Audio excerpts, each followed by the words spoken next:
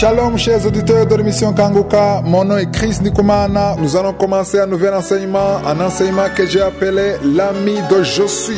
J'ai déjà donné dans cette émission un enseignement que j'ai appelé la crainte de Dieu. Beaucoup de ceux qui ont suivi l'enseignement la crainte de Dieu vont très bien comprendre ce que je veux dire à propos de l'ami de je suis. Je vais faire un bref résumé pour que vous puissiez comprendre de quoi nous allons parler. Comment est-ce que Dieu peut appeler quelqu'un son ami? Dans toute la Bible, les seules personnes que Dieu appelle ainsi, ce sont deux personnes. Il s'agit d'Abraham et de Moïse. Ce sont les deux personnes qu'on voit appeler amis de Dieu. Ce sont les seuls. Si nous lisons dans Jacques chapitre 2 verset 23, il est écrit « Ainsi s'accomplit ce que l'Écriture dit, Abraham crut à Dieu et cela lui fut imputé à justice et il fut appelé ami de Dieu. » Abraham est la première personne que Dieu a appelée son ami. L'autre personne que nous verrons, c'est Moïse. Lui aussi, nous verrons qu'il était l'ami de Dieu. Avant de commencer cet enseignement, j'aimerais dire à tous ceux qui ont suivi l'enseignement sur la crainte de Dieu que la Bible ne dit pas que Dieu est l'ami d'Abraham, mais c'est Abraham qui était l'ami de Dieu. J'ai essayé d'expliquer qu'on peut plaire à Dieu à tel point qu'il t'appelle son ami. Mais il y a des conditions pour que tu puisses être appelé ainsi. J'ai expliqué que la plupart tombent dans le piège de penser que Dieu est leur ami. La première conséquence est que ces personnes ne craignent pas Dieu. Lorsque tu te considères comme l'ami de quelqu'un, il y a une certaine familiarité qui s'installe entre vous. Tu lui parles comme ton ami et tu n'es pas censé accepter tout ce qu'il te dit. Le premier point de la devise de Kanguka dit que nous devons accepter la volonté de Dieu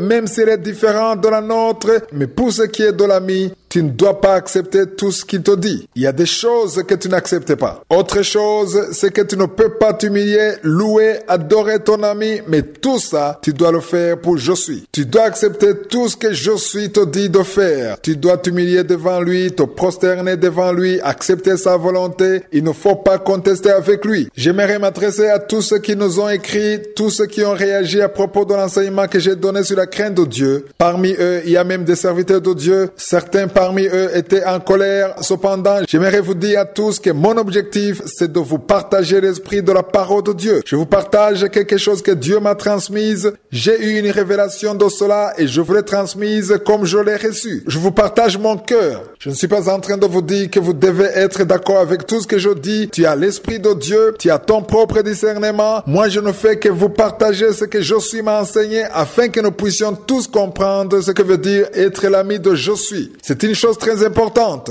Je le souhaite à tous ceux qui m'écoutent. Nous passerons du temps à étudier les deux hommes, Abraham et Moïse. On verra aussi que Jésus dit à ses disciples qui ne sont plus ses serviteurs, mais ses amis. Mais il a aussi donné des conditions. C'est pourquoi aujourd'hui on entend souvent des gens qui disent que Jésus est leur ami ou leur pote et il n'y a plus de crainte, plus de respect. Nous verrons plus tard que même Pierre est tombé dans son piège. Lorsque Dieu a manifesté Élie et Moïse s'entretenant avec Jésus, Pierre a pensé que Jésus était au même pied d'égalité que Moïse et Élie, mais une voix s'est fait entendre du ciel. Dieu leur a fait comprendre qu'on ne peut pas comparer Moïse et Élie avec Jésus. Personne ne peut être au même niveau que Jésus. Il est le Seigneur et il le restera pour toujours. Tout genou fléchira devant lui sur la terre, au ciel et sous la terre. C'est Jésus seul qui peut t'appeler son ami. Si on lit dans Nombre 12 du 1er au 8e verset, il y a quelque chose qui s'est passé. Marie et Aaron sont allés dire des choses contre Moïse parce qu'il a agi contrairement à la loi. Moïse a épousé une Éthiopienne, c'est-à-dire une étrangère. Marie et Aaron ont commencé à se lamenter. Ils ont commencé à dire que Moïse a agi contrairement à la parole de Dieu. Si vous lisez le verset 2, vous allez voir comment ils se lamentaient en disant du mal de Moïse. Il est écrit « Est-ce seulement par Moïse que l'Éternel parle? N'est-ce pas aussi par nous qu'il parle ?»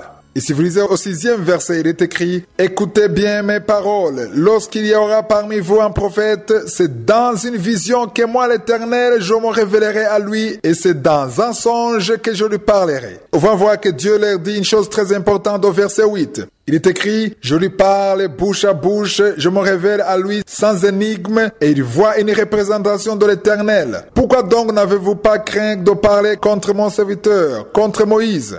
Dieu a été très en colère, bien que ce qu'il disait était vrai. Dieu l'a défendu. Pourquoi Dieu a-t-il donné à Moïse un tel privilège? Pourquoi cette faveur extraordinaire? C'est ce que nous allons étudier dans cet enseignement. Nous verrons pourquoi Dieu a donné un privilège extraordinaire à Abraham et à Moïse. Nous allons apprendre beaucoup de choses. Dans quelques domaines, nous lirons dans Hébreu, nous verrons ce qui est dit à propos d'Abraham. Abraham avait une foi extraordinaire, ce qui a fait que Dieu l'a appelé son ami. Après Abraham, nous parlerons de Moïse. Pourquoi est-ce que Dieu a donné de la valeur à Moïse? Toi aussi, il y a une foi, une attitude, un comportement que tu peux avoir qui fera que Dieu te donnera une grande valeur. Il y a 3 choses que je vais vous montrer. Des choses qui sont nécessaires pour que tu puisses être appelé l'ami de Dieu. Il est vrai que lorsque tu es sauvé, tu deviens automatiquement un enfant de Dieu. Si tu as 5 ou 6 enfants, tu aimes tous tes enfants, mais tu ne les aimes pas de la même façon. Il y en a qui t'obéissent plus que les autres. Il y en a qui sont difficiles. D'autres t'empêchent de dormir tellement ils te créent des problèmes. Cependant, même s'ils sont difficiles, tu continues quand même de les aimer et ils restent tes enfants. Mais cela n'empêche pas qu'il y a parmi tes enfants un qui est vraiment spécial parce qu'il touche ton cœur. Je souhaite à tous qui m'écoutent de ne pas se contenter d'être seulement des enfants de Dieu, mais il faudrait que nous soyons dans la catégorie de ceux qui touchent le cœur de Dieu. Il faut que Josué soit content de nous parce que nous touchons son cœur.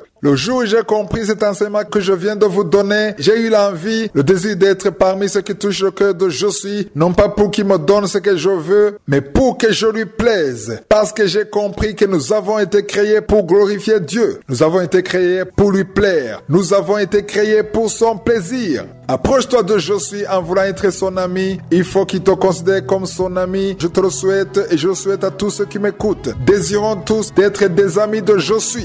J'aimerais encore une fois dire que le fait d'être l'ami de Dieu est différent du fait d'être un enfant de Dieu. On devient un enfant de Dieu lorsqu'on se répand. Lorsque tu acceptes Jésus comme ton Seigneur et ton Sauveur, tes péchés sont pardonnés et tu deviens une nouvelle créature. Et si tu meurs, tu vas au ciel. L'enseignement que je suis en train de vous donner ne concerne pas le fait de devenir un enfant de Dieu, mais c'est pour que vous soyez à un autre niveau. Le niveau de devenir des amis de Dieu. C'est une étape qui touche le cœur de Dieu. Lisons dans Hébreu 11, versets 17 à 19. Le verset 17 dit, « C'est pas à la fois qu'Abraham offrit Isaac lorsqu'il fut mis à l'épreuve et qu'il offrit son fils unique, lui qui avait reçu les promesses. C'est pas à la fois qu'il a donné son fils Isaac. » Si vous ne connaissez pas cette histoire, vous pouvez la lire dans Genèse chapitre 22. Nous reviendrons sur ce passage au cours de cet enseignement. Le premier et le deuxième verset dans le chapitre 22 de Genèse, il est écrit, « Après ces choses, Dieu mit Abraham à l'épreuve et lui dit, « Abraham !» Et il répondit, « Me voici. » Dieu dit, « Prends ton fils, ton unique, celui que tu aimes, Isaac, va-t'en au pays de Morija et là offre-le en holocauste sur l'une des montagnes que je te dirai. » Ceux qui ont un seul enfant le comprennent très bien. C'est très dur de le sacrifier. Abraham était habitué à donner un agneau.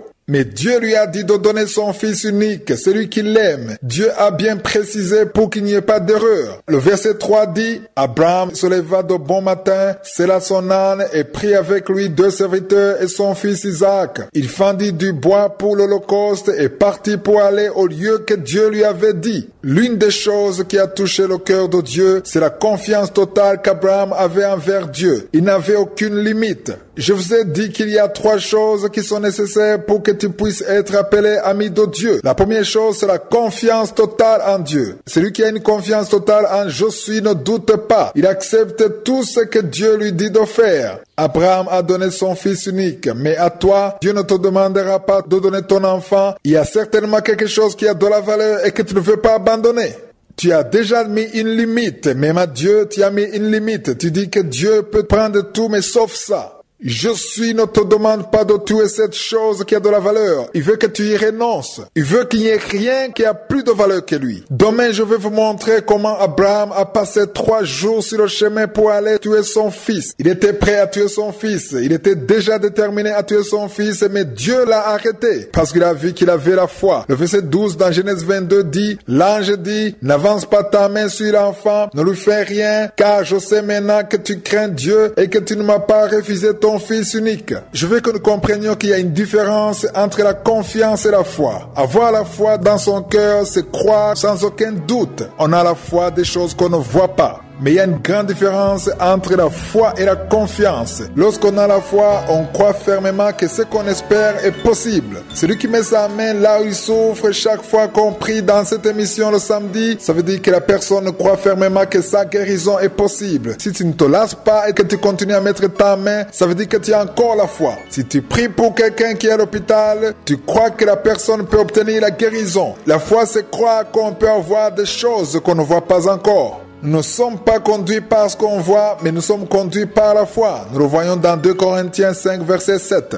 Mais même si tu as la foi, il peut arriver que tu sois en train de prier pour quelqu'un qui est malade, et plus tu pries, plus son état s'aggrave, et à cause de ce que les yeux te montrent, tu commences à douter. Il y a un doute qui peut s'installer à cause de ce que tes yeux te montrent. Les circonstances changent et tu commences à douter parce que tu as peur. La peur est l'ennemi de la foi. Il y a un exemple que je veux vous montrer dans la Bible. C'est dans Luc 22, versets 31 à 32. Il est écrit, « Le Seigneur dit, Simon, Simon, Satan vous a réclamé pour vous cribler comme le froment. Mais j'ai prié pour toi afin que ta foi ne défaille point. Et toi, quand tu seras converti, affermis tes frères. » La plupart d'entre vous savent ce qui s'est passé lorsque Jésus était sur le chemin de la croix. Pierre l'a renié, mais même s'il a fait ça, il a pu avoir la force de revenir et de se repentir. Cela était possible parce que Jésus avait prié pour lui. Cela nous montre que la foi peut vaciller, mais la confiance, c'est différent. La confiance est inébranlable. Il n'y a pas de doute. Lorsque tu as la confiance dans ton cœur, les tempêtes ne te disent absolument rien. Tout ce que tes yeux te montrent ne change absolument rien. Tu sais que tu ne marches pas par ta vue, mais par la parole de je suis.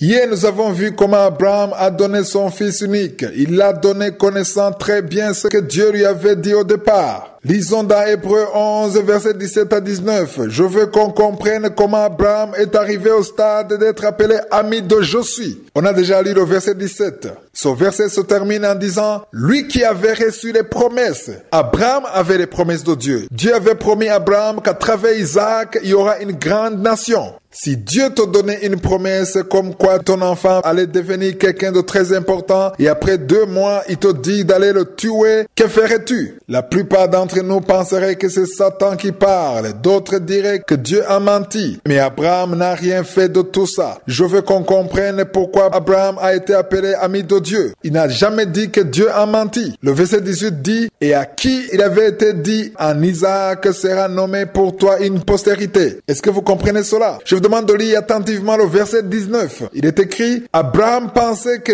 Dieu est puissant, même pour ressusciter les morts. Aussi le recouvra-t-il par une sorte de résurrection. En d'autres mots, même en ne sachant pas comment Dieu allait ressusciter son fils Isaac, Abraham a cru en la puissance de Dieu. Il ne pouvait pas dire que Dieu lui avait menti. Il savait que la mort ne pouvait pas arrêter le plan de Dieu. À part la mort, il nous arrive de perdre notre confiance en Dieu parce qu'on a reçu une information qui est différente de ce que Dieu nous a dit. Tu peux voir des choses qui sont différentes de ce que Dieu t'a dit. Prenons par exemple, Dieu t'a dit qu'il va te donner des enfants, mais au lieu de cela, tu viens de passer des années dans ton mariage sans enfant. Tu es presque à la ménopause. Les informations que tu reçois te disent le contraire de ce que Dieu t'a dit. Abraham, lui, il savait bien que ce n'était pas Satan qui lui avait parlé. Il savait que c'est Dieu qui lui avait parlé, mais il avait confiance que même la mort ne pouvait pas empêcher Dieu d'accomplir son plan car il est puissant. Je veux qu'on arrive au stade où nous sommes pleinement convaincus de la puissance de Dieu et que rien ne peut arrêter ce que je suis a dit lui-même. Je vous ai dit que je vais essentiellement parler d'Abraham et de Moïse. Ce sont les seuls que la parole de Dieu témoigne qu'ils sont les amis de Dieu. Abraham a accepté de donner son fils Isaac alors qu'il savait très bien que Dieu lui avait donné des promesses à travers lui. Cette histoire m'a ouvert les yeux et m'a enseigné que rien ne peut me pousser à douter de ce que Dieu me dit. Il y a un verset que je veux vous montrer, c'est dans Jérémie 1er chapitre, verset 12. Notez ce verset et gardez-le. C'est bien même de le mémoriser. Il y a des versets que vous avez besoin de garder en vous afin qu'ils deviennent vie en vous. Ce passage dit, tu as bien vu, car je veille sur ma parole pour l'exécuter. Sache que tout ce que Dieu a déjà dit sur toi, le plan qu'il a pour ta vie, les promesses qu'il t'a faites, il est le seul à savoir comment il va les accomplir. Il veut les accomplir. Ne désespère pas, ne doute pas parce que tu ne vois rien, parce que rien ne change. Tu as prié pour quelqu'un, mais il ne guérit pas. Dieu t'a promis de te donner un mari, mais les années deviennent nombreuses et tu n'auras pas encore rencontré. Garde la parole que je suis a dite. Appuie-toi dessus. Peu importe comment la situation se présente, il faut que tu sois à un niveau supérieur à celui de la foi et c'est la confiance. On peut avoir foi, mais je veux que tous nous atteignions le niveau de la confiance. C'est une chose très importante. Dans Genèse chapitre 22, verset 12, il est écrit, « L'ange dit, n'avance pas ta main sur l'enfant et ne lui fais rien. Car je sais maintenant que tu crains Dieu et que tu ne m'as pas refusé ton fils unique. » J'aime beaucoup ce passage quand il dit, « Car je sais maintenant que tu crains Dieu. » Il dit aussi, tu ne m'as pas refusé ton fils, ton unique. Si tu veux être l'ami de je suis, il faut tout lui donner, ne lui refuse rien.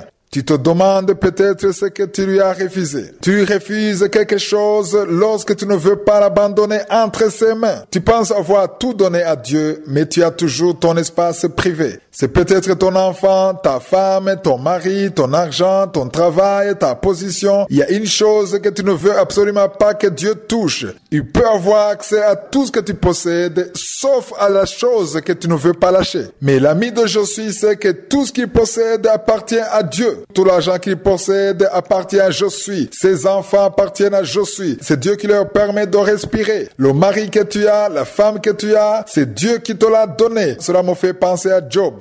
C'est lui qui disait, « Je suis sorti nu du sein de ma mère et nu je retournerai dans le sein de la terre. » Il faut que nous atteignions le niveau où nous faisons entièrement confiance à Dieu et que nous lui donnions accès à tout ce que nous possédons. Est-ce que je suis a accès à tout ce que tu possèdes? N'y aurait-il pas un endroit que tu ne veux pas qu'il touche? Si cela n'était pas le cas, tu ne te lamenterais pas. Tu te lamentes parce que tu es en colère de ne pas avoir reçu quelque chose que tu espérais avoir. Tu te lamentes peut-être parce que tu n'arrives pas à trouver du travail, parce que tu n'as pas d'enfant, parce que tu n'obtiens pas la guérison, parce qu'il y a une situation dans ta vie que tu n'arrives pas à résoudre. L'ami de je suis rend grâce à Dieu pour ce qui marche dans sa vie et pour ce qui ne marche pas, car il prépare chaque jour sa journée et la confie entre les mains de Dieu. Confie-toi toujours en lui, confie-lui ta vie, ta journée, ton argent, tes enfants, ta femme, tes amis, qu'ils prennent le contrôle de toute ta vie. Ainsi, tous les plans de Satan seront détruits et ceux de Dieu seront accomplis.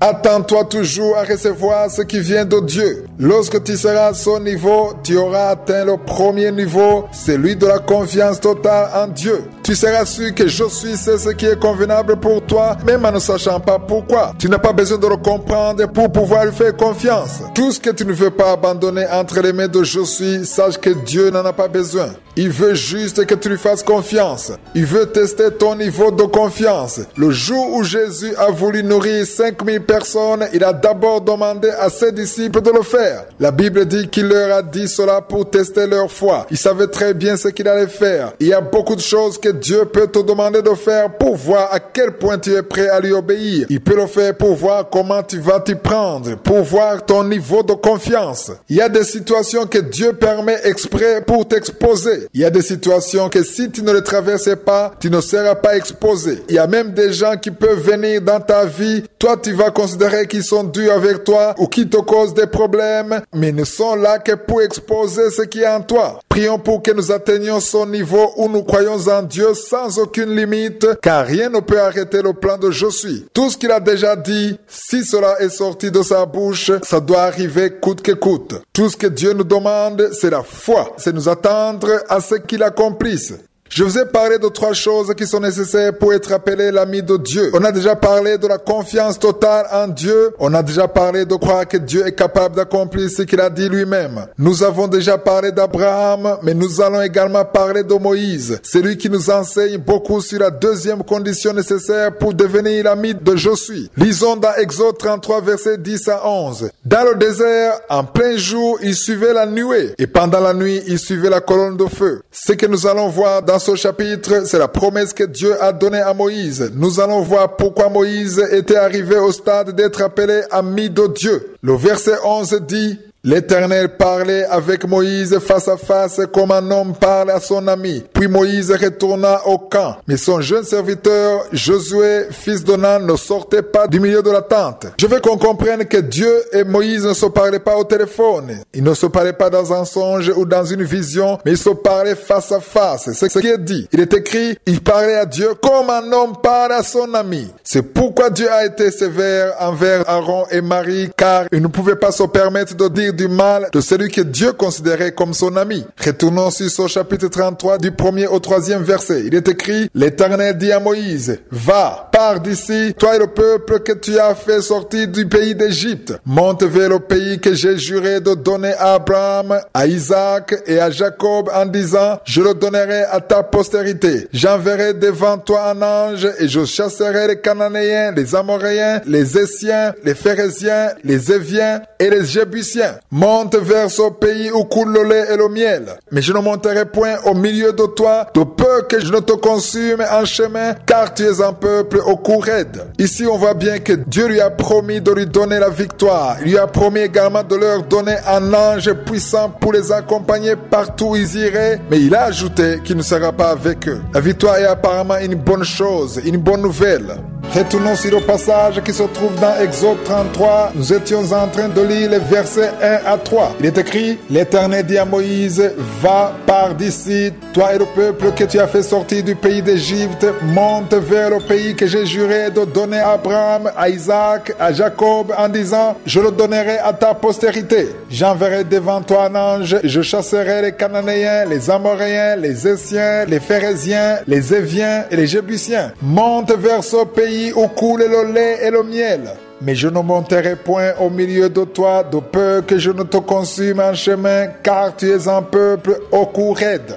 Ici, j'aimerais expliquer une chose. Dieu déteste le péché, peu importe la nature du péché. Mais ce qu'il déteste le plus, c'est l'orgueil. C'est pourquoi il a dit à Moïse, qui s'appelle Je suis. Il a dit, je suis celui qui suis. Dieu veut sa souveraineté, il veut être au-dessus de tout, il veut que nous exécutions tout ce qu'il dit. Celui qui se lamente, c'est comme s'il essayait de montrer à Dieu qu'il s'est trompé. C'est comme si Dieu s'est trompé, qu'il aurait dû agir d'une autre façon. Je ne sais pas si vous comprenez pourquoi Dieu déteste les lamentations. Si vous lisez dans la parole de Dieu, dans Exode ou dans Nombre, vous verrez que Dieu ne supporte pas les lamentations. Lorsque tu te lamentes, c'est comme si tu aimerais corriger Dieu. C'est comme si tu essayais de lui dire qu'il s'est trompé. Celui qui a une confiance totale en je suis accepte tout ce qu'il lui dit, qu'il le comprenne ou pas. Même si cela ne lui plaît pas, tant que ça vient de Dieu, ça devient une bonne chose. Il faut tout avaler comme on avale un médicament. Les médicaments ne sont pas toujours bons. Ce n'est pas toujours sucré. Ici, je parle du goût, mais c'est utile. Ça guérit. Tu ne peux pas refuser de prendre ton médicament parce qu'il est amer. Le verset que nous venons de lire se termine en disant « Car tu es un peuple au cou raide ». Avoir un cou raide, c'est avoir de l'orgueil. Ils étaient orgueilleux parce qu'ils résistaient à la parole de Dieu. Chaque fois que tu résistes à la parole de Dieu, Dieu considère cela comme de l'orgueil. La première chose, le premier péché que Dieu ne supporte pas, c'est l'orgueil. Savez-vous pourquoi Satan inspire beaucoup l'orgueil aux enfants de Dieu? C'est parce qu'il sait qu'une fois orgueilleux, la présence de Dieu nous quitte. Chaque fois que tu auras de l'orgueil dans ton cœur, tu seras en train de chasser la présence de Dieu. Dieu ne veut pas demeurer là où réside l'orgueil.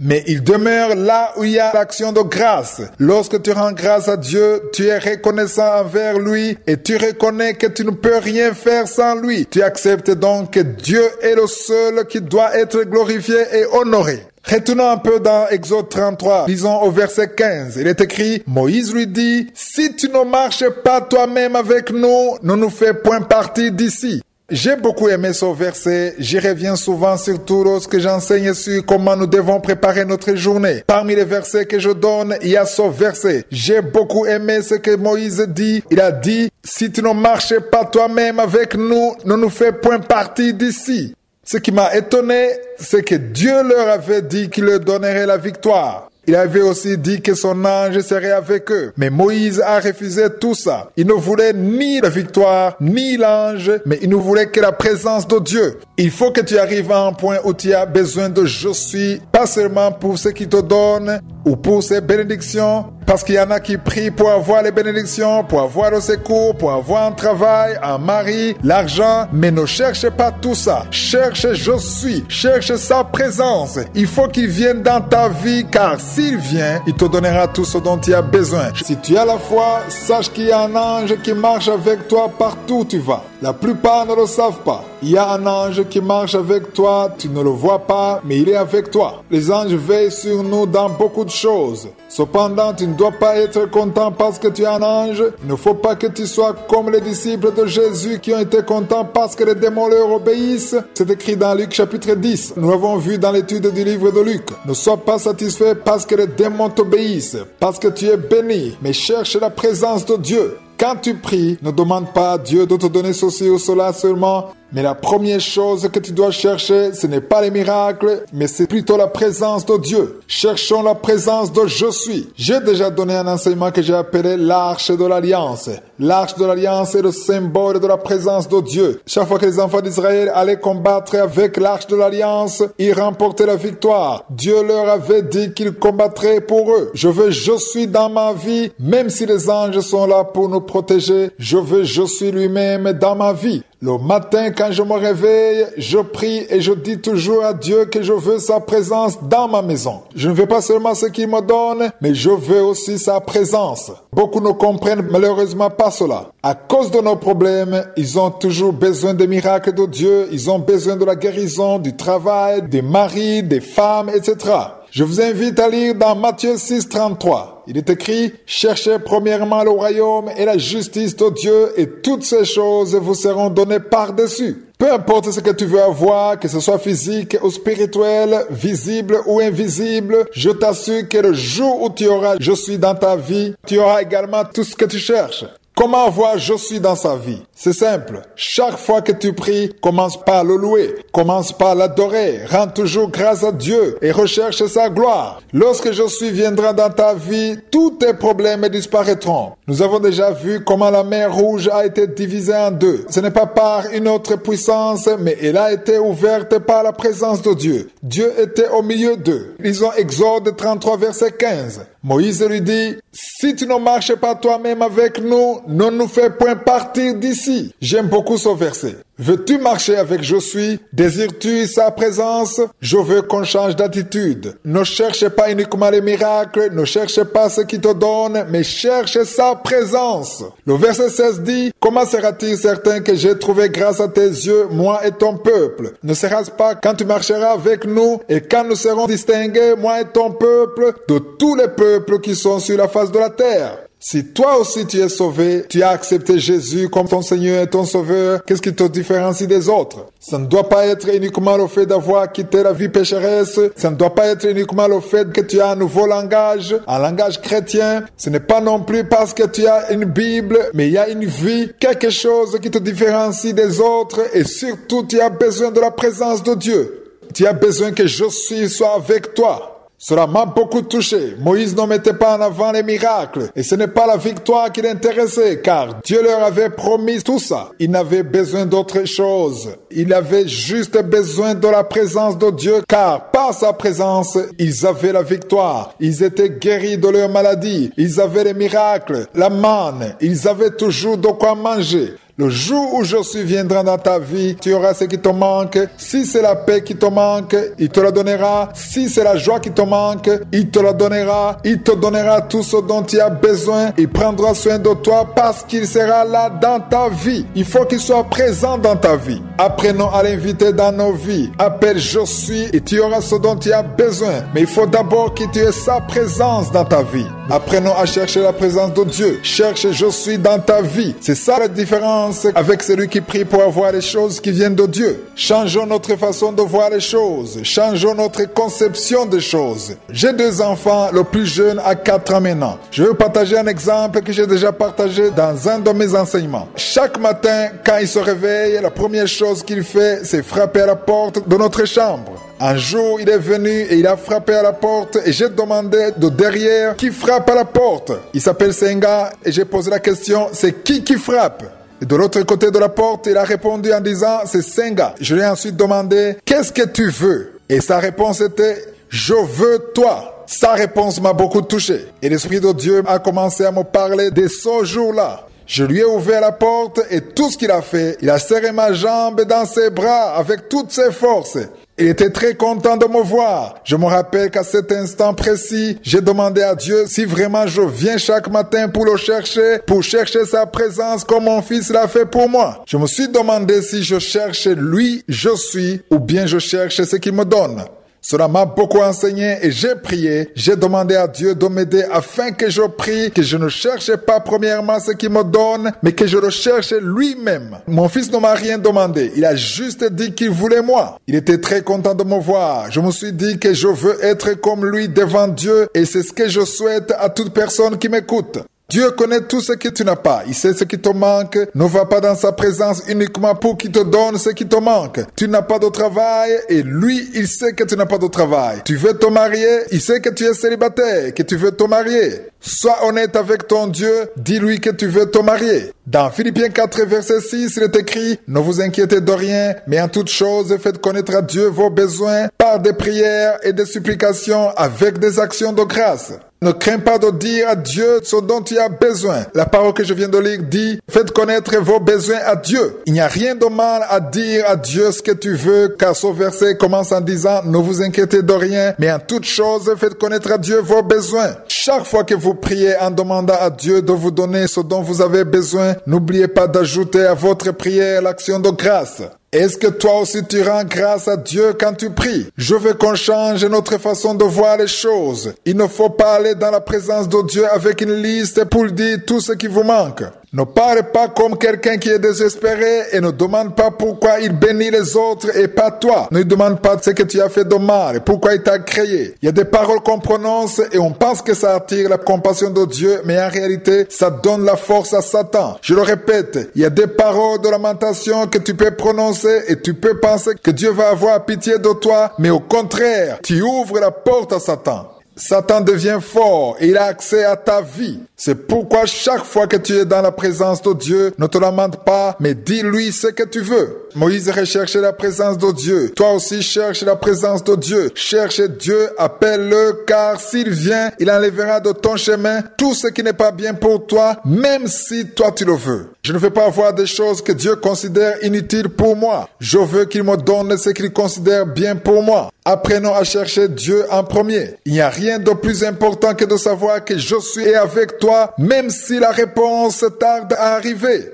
Au moins tu auras la présence de Dieu avec toi. C'est ce qui fait que les gens se lassent facilement. Ils laissent tomber le salut car les bénédictions ne viennent pas rapidement comme ils l'espéraient. Ils abandonnent vite parce qu'ils n'ont pas ce qu'ils cherchent. Mais si tu cherches Dieu, il vient dans ta vie. Commence toujours tes journées avec Dieu et lui, il sera avec toi dans tout ce que tu vas faire. Chaque matin, dis à Dieu que tu veux sa présence. Je veux la présence de Dieu dans ma vie, au travail, partout où tu vas, même à l'école, marche dans la présence de Dieu car il viendra avec ses anges. Quand Dieu est avec toi, ceux qui peuvent voir le monde spirituel, ils vont remarquer que Dieu est avec toi. Ils voient la gloire de Dieu. Moïse a voulu la présence de Dieu pour être différent des autres nations. Je veux sentir que je suis avec moi partout où je vais, dans tout ce que je fais, et c'est ce que je te souhaite à toi aussi. Ne cherche pas seulement les miracles, cherche la présence de Dieu, car si Dieu vient dans ta vie, les miracles vont suivre, les portes seront ouvertes, la paix régnera dans ta vie, la joie, le mariage, tout ce que tu cherches. Comment cherche-t-on la présence de Dieu? C'est en se séparant du péché, c'est en étant sanctifié. Tu ne peux pas chercher la présence de Dieu aussi longtemps que tu vis dans le péché, dans l'adultère, dans la fornication, dans la pornographie, dans la masturbation. Le péché t'éloigne de Dieu. Dieu déteste l'orgueil. Tu ne peux pas avoir la présence de Dieu en ayant un cœur plein d'orgueil. Dieu veut demeurer dans ta vie comme c'est écrit dans Psaume 22, verset 4. Le verset dit « Pourtant tu es le Saint, tu sièges au milieu des louanges d'Israël. » Si tu veux la présence de Dieu dans ta vie, remplis ta maison d'action de grâce, chasse les lamentations, c'est là où Dieu viendra dans ta vie. Retournons dans Exode 32, verset 10 à 14. Dans ce verset, on voit que Moïse fait une chose vraiment spéciale. Ce passage dit « Maintenant, laisse-moi. Ma colère va s'enflammer contre eux et je les consumerai, mais je ferai de toi une grande nation. Moïse implora l'Éternel, son Dieu, et dit, pourquoi, ô Éternel, ta colère s'enflammerait-elle contre ton peuple que tu as fait sortir du pays d'Égypte par une grande puissance et par une main forte? Pourquoi les Égyptiens diraient-ils, c'est pour leur malheur qu'il les a fait sortir, c'est pour les tuer dans les montagnes et pour les exterminer d'au-dessus la terre. Reviens de l'ardeur de ta colère et répands-toi du mal que tu veux faire à ton peuple. Souviens-toi d'Abraham, d'Isaac et d'Israël, tes serviteurs auxquels tu as dit en jurant par toi-même, je multiplierai votre postérité comme les étoiles du ciel, je donnerai à vos descendants tout ce pays dont j'ai parlé et ils le posséderont à jamais. Et l'Éternel se repentit du mal qu'il avait déclaré vouloir faire à son peuple. Après avoir lu ce passage, il y a une question qu'on peut se poser. Et la question est celle-ci. Est-ce que Dieu avait déjà oublié ses promesses envers son peuple? Est-ce qu'il avait oublié ses promesses concernant Abraham, Isaac et Israël? Bien sûr que Dieu n'avait pas oublié. Dieu ne peut pas oublier. Il avait seulement été touché par le cœur de Moïse qui ne cherchait aucun intérêt personnel, juste la gloire de Dieu. Moïse ne voulait autre chose que la gloire de Dieu. C'est ça qui a touché le cœur de Dieu. C'est le fait que Moïse a mis en avant l'honneur et la gloire de Dieu plutôt que son honneur. La première chose qui est nécessaire pour être appelé ami de Dieu, c'est la confiance totale. La deuxième chose, c'est la gloire de Dieu. Et comme je vous le demande souvent, c'est mieux d'avoir un carnet où vous écrivez et les versets que je donne et les commentaires. Ce que je vous donne, c'est très court, mais c'est mieux que vous fassiez vous-même une étude biblique. Lisez ces passages, lisez ces chapitres et écrivez les commentaires. Ça va vous aider. Le Saint-Esprit va vous éclairer et il vous dira des choses que je n'ai pas dites. Vous aurez plus d'informations à travers la méditation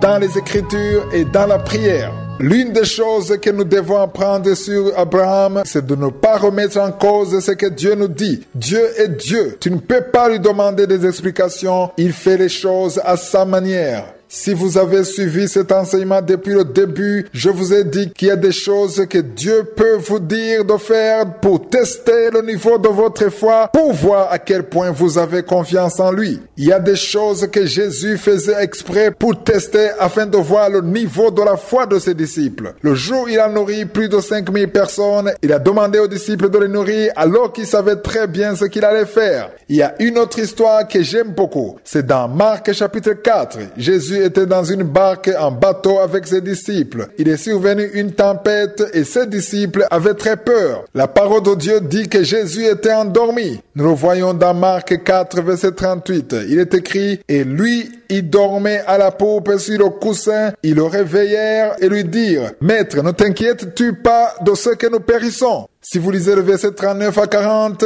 il est écrit, s'étant réveillé, il menaça le vent. Jésus menaça le vent et dit à la mer, silence, tais-toi. Et le vent cessa et il y eut un grand calme. Puis il leur dit, pourquoi avez-vous ainsi peur? Quand j'ai lu ce passage, je me suis posé une question. Comment est-ce que Jésus s'attendait à ce que les disciples n'aient pas peur? Ils voyaient qu'ils périssaient et qu'ils allaient mourir. Naturellement, c'était normal d'avoir peur. Mais Jésus les a posé une question. Comment n'avez-vous point de foi? Jésus parle de deux choses. Il a mentionné la peur, il a aussi mentionné la foi. Si tu veux être l'ami de je suis, il faut que tu arrives à un point où même si tu as des soucis, tu pourras vaincre la peur avec la foi. Il est normal d'avoir la peur. C'est naturel d'avoir peur. Mais si tu te rappelles que je suis est avec toi, tu pourras vaincre la peur. L'ami de je suis a besoin de la présence de Dieu constamment. Nous avons lu dans Exode 33 que Dieu a donné à Moïse des promesses. Il lui a promis de vaincre tous ses ennemis. Il lui a promis de les conduire jusqu'au pays de Canaan. Mais il a décidé de ne pas aller avec eux de peur qu'il ne les extermine car c'était un peuple au cou raide. J'ai beaucoup aimé ce que Moïse a dit quand il a dit « Comment sera-t-il donc certain que j'ai trouvé grâce à tes yeux, moi et ton peuple ?» C'est la question que Moïse a posée. Je suis en train de lire le verset. Moïse a dit, ne sera-ce que quand tu marches avec nous et quand nous serons distingués, moi et ton peuple de tous les peuples qui sont sur la face de la terre.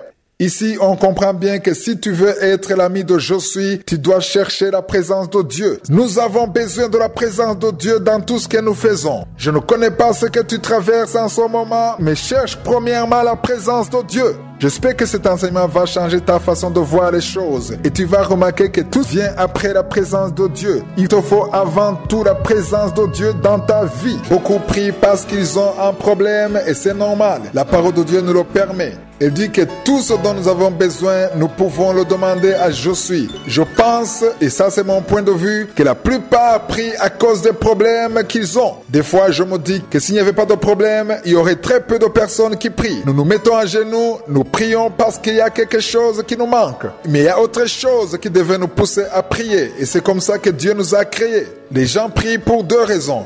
Premièrement, c'est parce que tu as un esprit. Chaque être humain a un esprit. C'est ce qui te différencie des animaux. Une autre chose qui te différencie des animaux, c'est que tu as été créé à l'image de Dieu. Une vache ou un chien n'a pas d'esprit. C'est pourquoi les animaux sont capables d'aimer, mais ils ne peuvent pas adorer Dieu. Partout où tu iras dans ce monde, tu verras que tous les êtres humains ont quelque chose qu'ils adorent.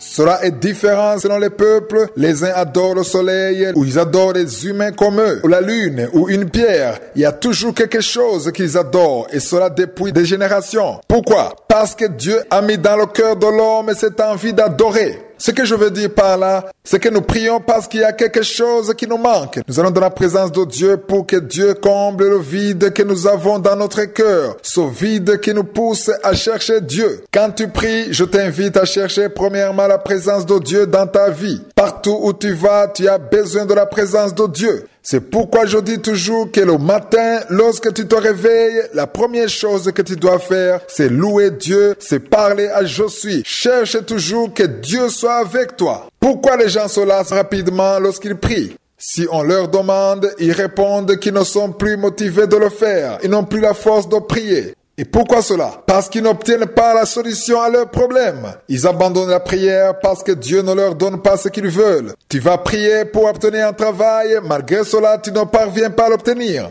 Tu vas dans la prière pour avoir une femme et tu restes célibataire. Tu as commencé à prier pour avoir un mari, mais rien ne change. Ou alors tu voulais la guérison et tu restes toujours malade. Tu décides de laisser tomber la prière parce que tu te dis que Dieu ne t'entend pas. Je veux qu'on change notre approche. Va dans la présence de Dieu en recherchant premièrement qu'il vienne à toi. C'est ce que je fais chaque matin. Je demande toujours à Dieu de venir dans ma vie. Je veux qu'il demeure avec moi. Je veux cette assurance qu'il est avec moi. Il y a une autre chose que je vais vous dire. C'est que la prière n'est pas une chose qui plaît toujours à la chair. Je vous ai toujours parlé de Romains 12, verset 1. Il est écrit, « Je vous exhorte donc, frères, par les compassions de Dieu, à offrir vos corps comme un sacrifice vivant, saint, agréable à Dieu, ce qui sera de votre part un culte raisonnable. » Cela veut dire que si tu veux attendre que tu te sentes à l'aise pour pouvoir prier, si tu veux attendre de le sentir avant d'y aller, tu vas le faire une fois, deux fois, trois fois, mais tu ne le feras pas tous les jours. Souvent, le corps ne veut pas prier. Tu veux te réveiller, mais tu n'y arrives pas. Et pourquoi? Parce que la chair ne veut pas. Les désirs de la chair ne te permettent pas de prier, mais ton esprit a besoin d'être connecté à l'esprit de Dieu. C'est ce qui fait que nous prions. Change ta façon de prier, va dans la présence de Dieu avec l'intention d'être avec lui, de marcher avec lui. Prépare ta journée et dis à Dieu que tu ne veux pas quitter ta maison sans sa présence à tes côtés. Ce qui ne veut pas dire que si tu vas avec lui, tu ne vas pas rencontrer des difficultés. Les enfants d'Israël ont traversé le désert avec Dieu. Le jour, il y avait la nuée pour les accompagner et la nuit, il y avait la colonne de feu. Mais cela ne les a pas empêchés de rencontrer des problèmes. Ils ont eu beaucoup de problèmes sur le chemin, mais Je suis était toujours avec eux. Toi aussi, Je suis sera avec toi dans tout ce que tu vas traverser. Il combattra pour toi dans ces mêmes problèmes et tu auras la paix parce qu'il sera avec toi. Ce que je vous dis est très important et ça changera votre vie de prière pour toujours. J'ai déjà expliqué que c'est Dieu lui-même qui nous appelle ses amis. Ce n'est pas nous qui l'appelons ainsi, car on ne voit nulle part où il est écrit que Dieu était l'ami d'Abraham. Mais il est écrit qu'Abraham était appelé ami de Dieu. Abraham a touché le cœur de Dieu d'une façon spéciale et Dieu a décidé de l'appeler son ami. Que veut dire être l'ami de Dieu? Ça veut dire que Dieu peut avoir confiance en toi. Il peut te confier des choses parce que tu places toute ta confiance en lui. C'est ce qu'Abraham a fait. 3 choses sont nécessaires pour être l'ami de Dieu. La première, c'est une confiance totale en Dieu. La deuxième chose, c'est mettre en avant la gloire de Dieu. La gloire de Dieu doit être une priorité. C'est quelque chose que Moïse poursuivait ardemment. C'est l'une des choses qui a beaucoup touché le cœur de Dieu. Il ne cherchait rien d'autre que ça. Il ne cherchait pas sa gloire. Il recherchait la gloire de Dieu. Lisons dans Exode 32, versets 10 à 14. Nous avons déjà lu ce passage. Le peuple de Dieu avait quitté l'Égypte et il continuait à se lamenter sur le chemin de Canaan. C'est pourquoi Dieu voulait les exterminer. Ils avaient l'orgueil dans leur cœur. Moïse a intercédé pour le peuple.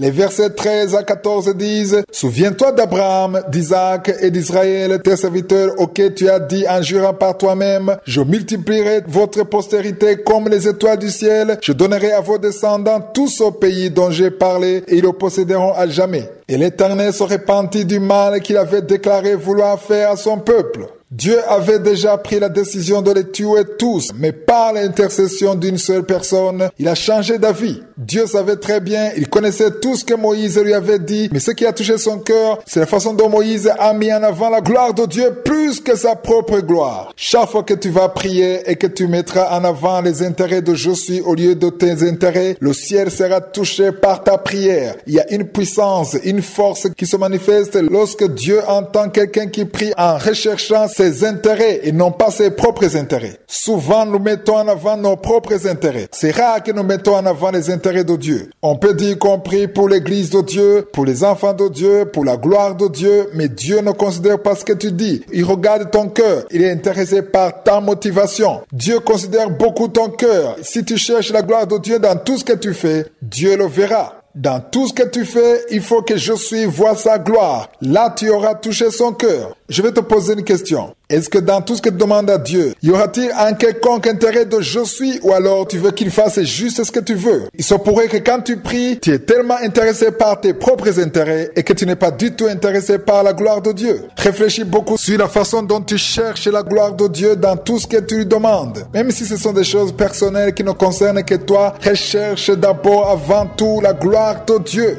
Dans tes prières, il faut que tu aies confiance en Dieu, une totale confiance. J'ai déjà expliqué que la foi et la confiance sont deux choses totalement différentes. Une personne qui a confiance en Dieu agit mieux que celui qui a juste la foi. C'est bien d'avoir la foi, le salut même, nous l'avons grâce à la foi, mais avoir confiance, c'est être à une autre dimension. Celui qui a confiance n'a aucune limite. Celui qui a choisi de tout donner à Dieu, il a choisi de suivre Dieu, il a fermé les yeux, peu importe où Dieu le conduit. Il accepte tout ce que Dieu lui dit lui-même sans réfléchir. Nous avons besoin de vivre sa volonté dans notre vie, qu'il prenne le contrôle de notre vie, qu'il ferme ce qu'il ne veut pas et qu'il ouvre tout ce qu'il veut. Il y a des problèmes que nous traversons et nous arrive de nous demander où était Dieu. Mais si tu as préparé ta journée, si tu es sur le bon chemin, si tu marches avec lui et que tu pries tous les jours sans qu'il y ait une voix à l'intérieur qui t'accuse, si malgré tout cela tu rencontres un problème sur le chemin, sache qu'il a vu ça avant que ça arrive. Il n'y a aucune surprise pour lui. Il y a des choses que Dieu permet exprès dans ta vie parce qu'il a un objectif. C'est pourquoi une personne réveillée qui a déjà atteint le stade d'être l'ami de Dieu, il ne se lamente pas. Cette personne ne peut pas se lamenter lorsque les choses ne marchent pas comme elle veut.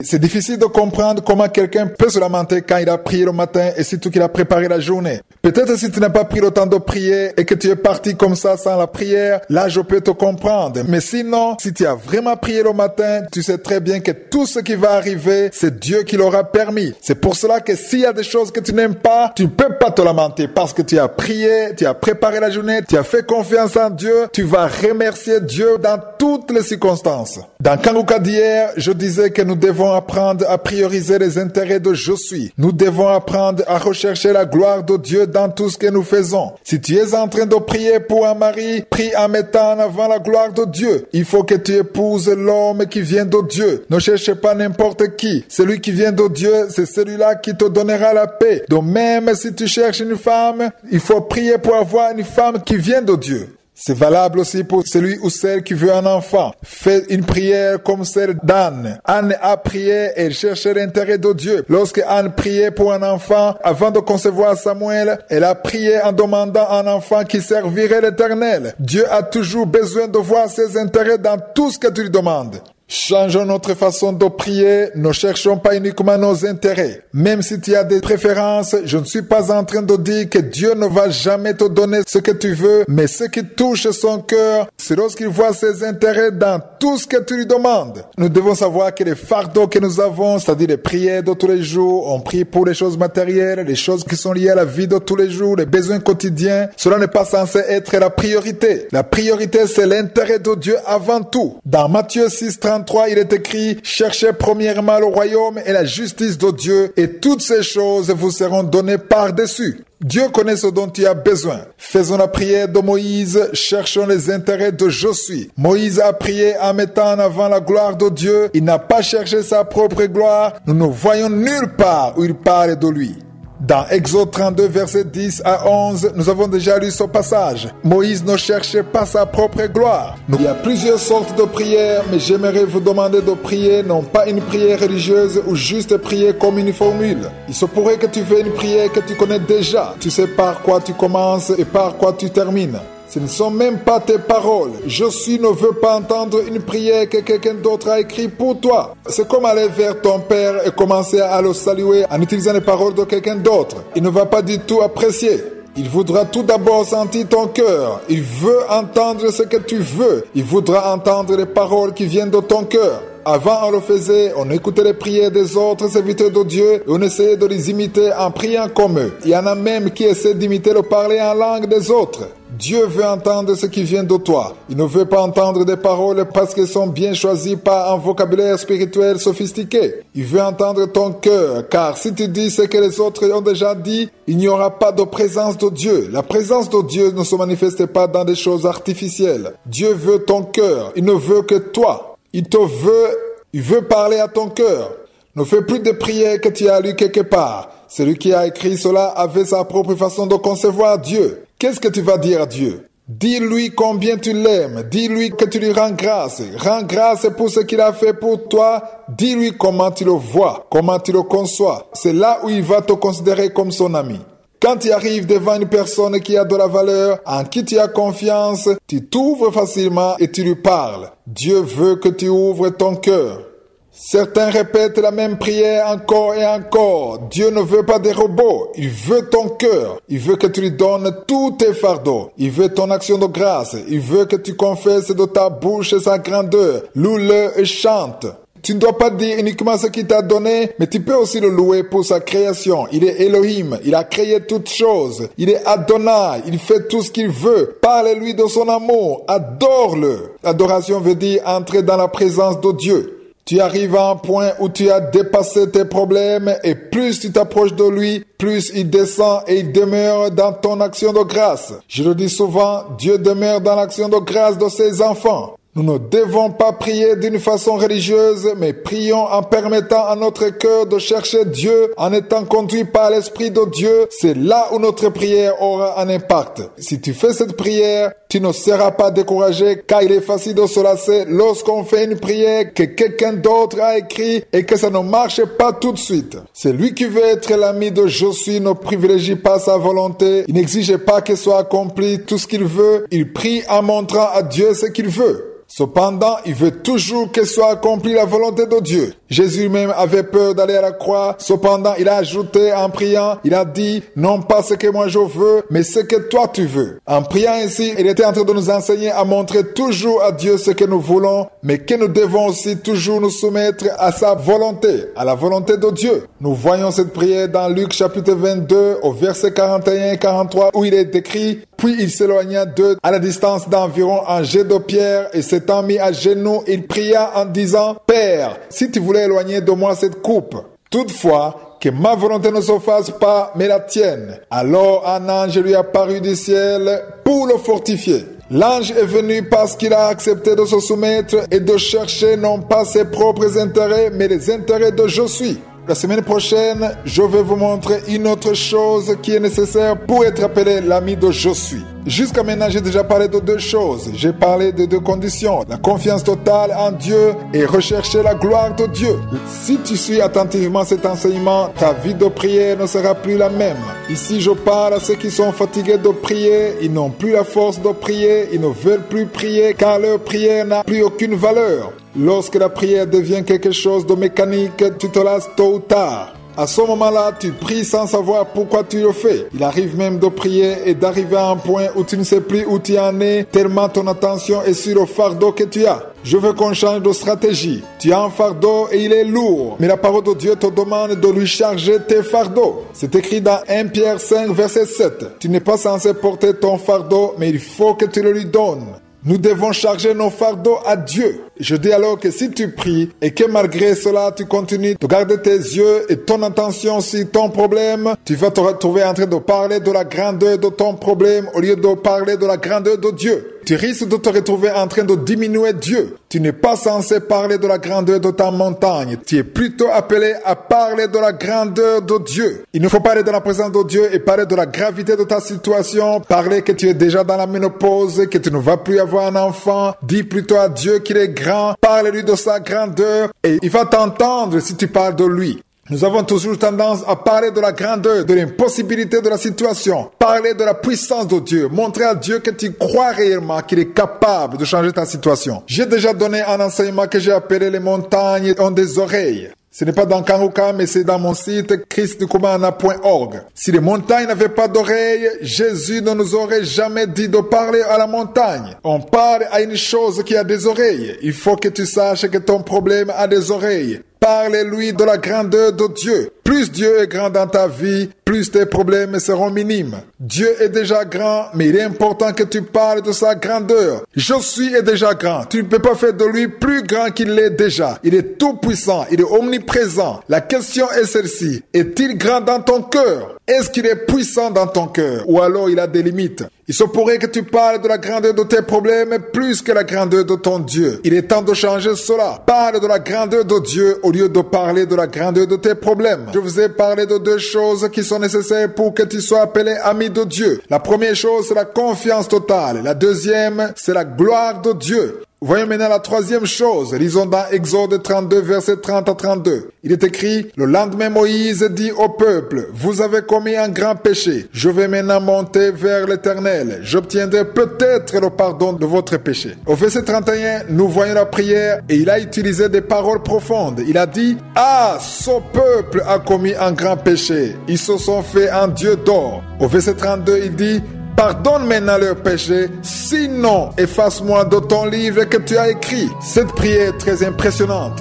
Lorsque j'ai vu cela pour la première fois, je me demandais s'il y avait quelqu'un qui pourrait être comme Moïse sur cette terre. Dans le livre de l'Apocalypse, on nous parle de plusieurs livres, mais il y a un seul livre qui est le livre de la vie. Et si tu n'es pas dans ce livre, tu vas en enfer, mais tous ceux qui sont dans ce livre obtiennent la vie éternelle. Je vais essayer d'expliquer un peu ces paroles pour que ceux qui ne comprennent pas la profondeur de la prière que Moïse a faite puissent le comprendre. Moïse était en train de dire à Dieu de pardonner à son peuple et n'oubliez pas qu'avant il avait intercédé pour que Dieu ne le tue pas pour que sa gloire se manifeste. Et là, il demande le pardon pour son peuple, sinon que Dieu l'efface du livre de la vie. Et si Dieu avait exécuté cette prière, ça le conduirait droit en enfer. Pouvez-vous imaginer cela? Pendant la prière, Moïse avait accepté de perdre la vie éternelle à cause de la gloire de Dieu. Qui parmi vous pourrait accepter de perdre le ciel pour la gloire de Dieu? Essayez de réfléchir un peu. À la limite, on peut sacrifier sa vie pour Dieu, mais sacrifier sa vie éternelle, ça c'est autre chose. Les disciples, Pierre, Matthieu et les autres, ils ont accepté de mourir pour Christ. Et même parmi ceux qui suivent cette émission, il y en a qui sont prêts à mourir pour Jésus. Je pourrais accepter d'être emprisonné, tué pour Christ, comme Paul l'a été.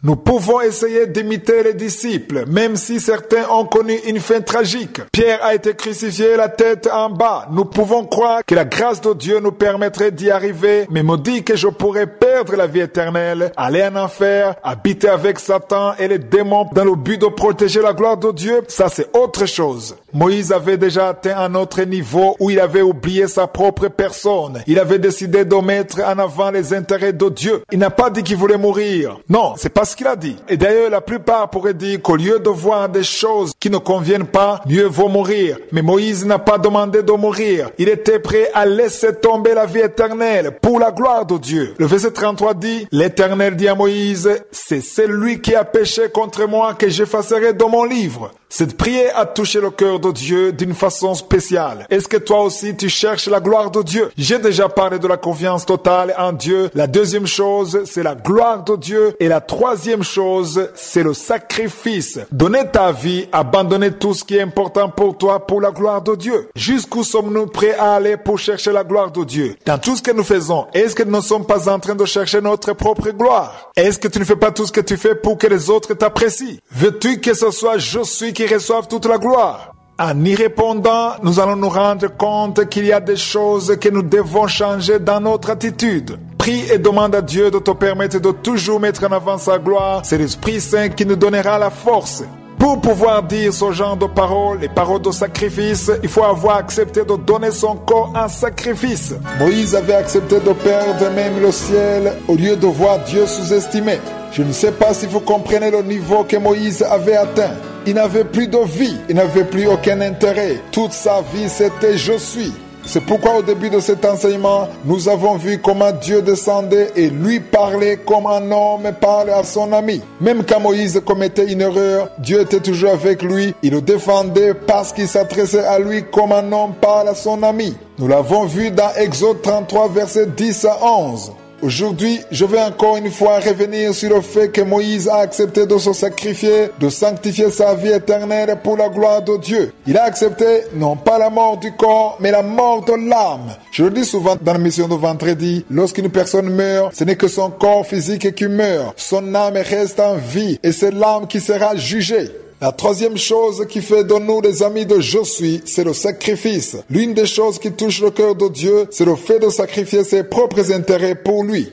La parole de Dieu nous demande de donner nos corps en sacrifice. N'écoutez pas ceux qui vous disent que dans le Nouveau Testament, nous n'avons pas besoin de donner en sacrifice. Il est vrai que dans l'Ancienne Alliance, on donnait les animaux, le sang des animaux, mais dans la Nouvelle Alliance, nous ne donnons pas ce genre de sacrifice. C'est très différent. Dans Romains chapitre 12, verset 1, il est écrit « Je vous exhorte donc, frères, par les compassions de Dieu, à offrir vos corps comme un sacrifice vivant, saint, agréable à Dieu, ce qui sera de votre part un culte raisonnable. » Ici, on voit trois choses. Vivant, saint, agréable à Dieu. Si tu as une Bible, lis dans Romains 12, verset 1. C'est un verset très important car il est difficile de plaire à Dieu sans donner son corps comme sacrifice. Le sacrifice dont je parle, ce n'est pas un animal ou l'argent, mais c'est ton corps. Pourquoi est-ce que la parole de Dieu nous demande de donner nos corps en sacrifice? C'est parce que ton corps est le temple de Dieu. Dieu demeure dans une maison et c'est ton corps. Il habite dans ton corps. Aujourd'hui, dans la Nouvelle Alliance, le Saint-Esprit habite dans ton corps si tu crois en Dieu. Prie en demandant à Dieu d'utiliser ton corps selon sa volonté. Quand je parle du corps, je veux dire ton intelligence, ta tête. Ton corps tout entier doit glorifier Dieu. Il faut que tout ce que tu fais glorifie Dieu. Quand on parle d'un sacrifice vivant, on se réfère à l'Ancien Testament car on ne pouvait pas apporter en sacrifice un animal mort, une vache ou une brebis morte. Les sacrificateurs ne pouvaient pas accepter. Il fallait apporter un sacrifice vivant et le sang devait être versé. Si t'arrives de ne pas sentir le désir de prier, que cela ne te fasse pas peur, car lorsque le corps ne veut pas prier, c'est qu'il est vivant. Les choses spirituelles sont contraires aux choses charnelles. Il faut par contre marcher dans la sanctification. C'est là où tu plairas Dieu. Moïse n'a pas eu peur de donner sa vie pour Dieu. La question que je te pose est celle-ci. Y a-t-il quelque chose dans ta vie que tu acceptes de perdre pour la gloire de je suis? Y a-t-il quelque chose qui aurait été un intérêt pour toi, mais que tu acceptes de perdre pour je suis? C'est ce que je dis toujours. Ce qui montre réellement le sacrifice qu'un homme est prêt à donner devant Dieu, c'est sa façon de se réveiller le matin pour prier. Quand tu te lèves le matin pour prier, tu laisses de côté ton sommeil pour glorifier et parler à Dieu. C'est pourquoi nous devons chaque fois nous réveiller pour honorer Dieu. Ne perds pas ton temps à faire autre chose, à écouter des informations, à consulter ton WhatsApp. Mais commence d'abord à parler à je suis.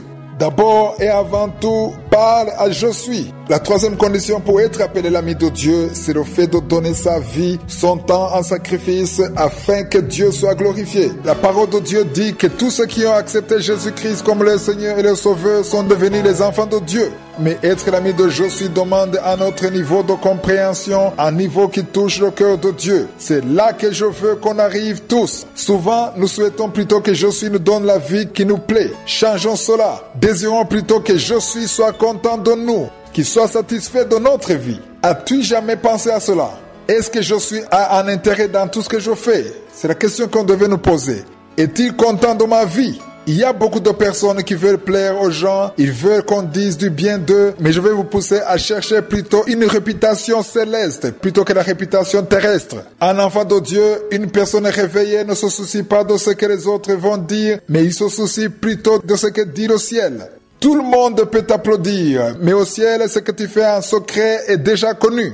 Les autres autour de toi te regardent de l'extérieur, mais ils ne savent pas ce que tu fais en secret. Tu peux voir quelqu'un et considérer qu'il est juste, mais tu ne connais pas sa vraie vie. Tu ne sais pas comment il vit avec sa femme. Tu ne sais pas comment il vit avec ses enfants. Il y a des choses que tu ignores. C'est pourquoi nous devons toujours chercher à plaire à Josué plutôt que de plaire aux hommes. Je vais encore une fois vous expliquer ce que c'est le sacrifice, car plusieurs d'entre vous ne le comprennent pas encore. Il est très important qu'on le comprenne. Dieu aime beaucoup le sacrifice. Dans l'ancienne alliance, on prenait les animaux domestiques et nous offrait un sacrifice. Celui qui décidait de donner son animal en sacrifice, il l'abandonnait, il ne pouvait plus prétendre le trouver et on ne donnait pas n'importe quel animal. Il fallait trouver un bel animal, celui qui avait de la valeur. Tout ce qui s'est passé dans l'ancienne alliance, c'est l'ombre de ce que nous sommes en train de vivre actuellement. Aujourd'hui, Dieu ne demande pas de donner le sang des animaux, il te demande de donner le sacrifice de ton corps, comme nous l'avons lu dans Romains 12, verset 1.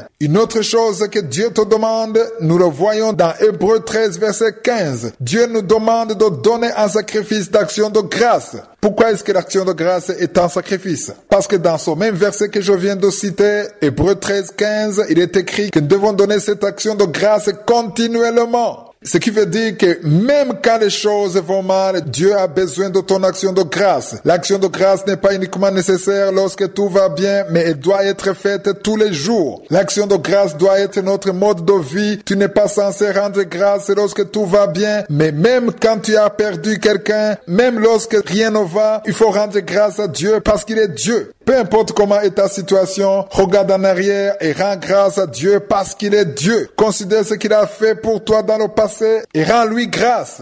Un enfant de Dieu réveillé doit toujours avoir l'action de grâce dans sa bouche. Il faut qu'il y ait toujours les louanges dans ta bouche. Lorsque tu as la bouche et le cœur rempli d'action de grâce, il n'y a aucune place pour les lamentations. L'action de grâce ne demande pas de voir toujours les bonnes choses. Même si ta vie n'est pas facile actuellement, que cela ne t'empêche pas de rendre grâce car tu peux dire merci à Dieu pour ce qu'il est, non pas forcément pour ce que tu es en train de traverser. Il faut voir le bon côté, il faut voir la grandeur de Dieu. Rends grâce pour sa création, pour le soleil qu'il a créé, pour le pays, pour les miracles qu'il est en train d'accomplir. Même s'il n'est pas en train de le faire pour toi, une personne réveillée rend grâce à Dieu pour ses œuvres. Il faut rendre grâce à Dieu pour les œuvres de Josué. Pour ceux qui écoutent les témoignages de Kangoka, par exemple, tu viens de passer toute une année à mettre la main sur ton ventre et pourtant tu n'as pas encore eu un enfant. Si tu entends dans l'émission qu'une personne a conçu, tu te lamentes. Ne sois pas jalouse, mais rends grâce pour les œuvres que je suis en train de faire. Parce que si tu agis ainsi, ton heure arrivera. Si toutes ces personnes sont en train de témoigner pour leur guérison, ils sont guéris de l'hépatite, du sida, ils ont des enfants. Si Dieu est en train de les guérir, dis merci à Dieu. Commence à changer les paroles de tes prières, change tes pensées, réjouis-toi avec ceux qui se réjouissent. C'est le premier sacrifice que tu auras donné, car ta nature charnelle ne voudra pas le faire, et voudra plutôt que tu te lamentes. Nous étions en train de parler de l'action de grâce. J'ai dit que la Bible parle de l'action de grâce comme d'un sacrifice. Si c'est un sacrifice, ça veut dire qu'on n'est pas censé rendre grâce uniquement lorsque tout va bien, mais on le fait continuellement. Nous avons lu dans Romains 12, verset 1, que nous devons donner nos corps comme sacrifice. Et comment cela? C'est en le protégeant de tout ce qui plaît à la chair et qui ne glorifie pas Dieu. Je dis toujours à ceux qui disent qu'ils n'arrivent pas à laisser tomber la masturbation, j'aimerais qu'ils comprennent que c'est un acte qui est en train de détruire la maison de Josué, c'est-à-dire votre corps. Tu n'es pas censé coucher avec un homme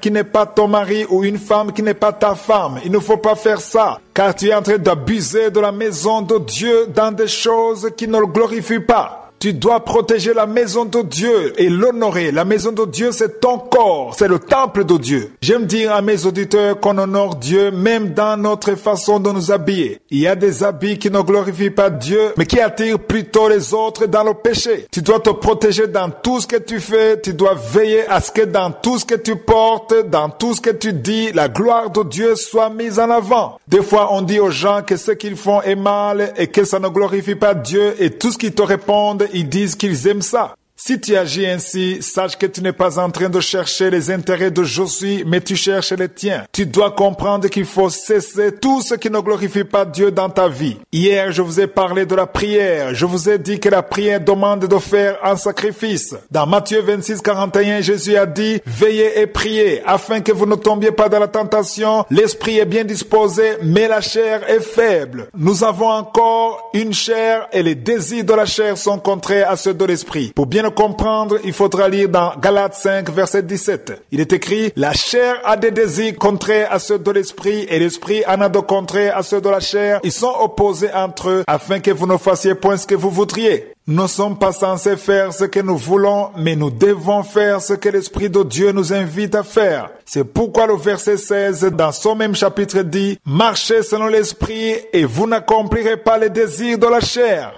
C'est pourquoi nous devons changer notre façon de prier. Lorsque tu vas en prière, et c'est par là que je vais terminer, cherche d'abord avant tout la présence de Dieu. Appelle Dieu. Dis à Dieu que tu veux être avec lui. Dis-lui que tu veux lui parler. Non pas en disant ce que les autres ont déjà écrit, mais parle-lui dans tes propres paroles, ce qui vient de ton cœur. Il faut pas lire des textes. Il faut parler à Dieu ce qui vient de ton cœur. Il ne faut surtout pas te lamenter. Même si tu as des problèmes, ne te lamente pas. Dis à Dieu que tu crois en lui. Dis-lui que tu l'aimes. Dis-lui que tu veux l'honorer. Et si tu sens que tu ne veux pas prier, car cela arrive, demande au Saint-Esprit de te secourir. Il va te donner la force de prier. Un jour, quelqu'un m'a dit qu'il lui arrive de ne pas vouloir prier, et quand cela lui arrive, il va dans la prière et il s'endort. Et après le sommeil, à son réveil, il se sent coupable parce qu'il s'est endormi au lieu de prier. J'aimerais te dire que même si tu t'endors dans la prière, il n'y a aucun problème. Ceux qui ont des enfants en bas âge le comprennent mieux. Ton enfant peut s'endormir dans tes mains, sur toi. S'il le fait, tu ne vas pas le punir pour ça parce qu'en agissant ainsi, il voulait être avec toi. Nous voulons être avec Dieu. Nous voulons la présence de Dieu. Recherchons ce contact avec Dieu. Cherchons à être avec lui. Cherchons à lui ouvrir la porte. Ayons confiance en lui. Parlons-lui. Il nous aime et il veut être avec nous. Il veut être proche de nous. Il ne veut pas que nous venions à lui avec une liste de requêtes.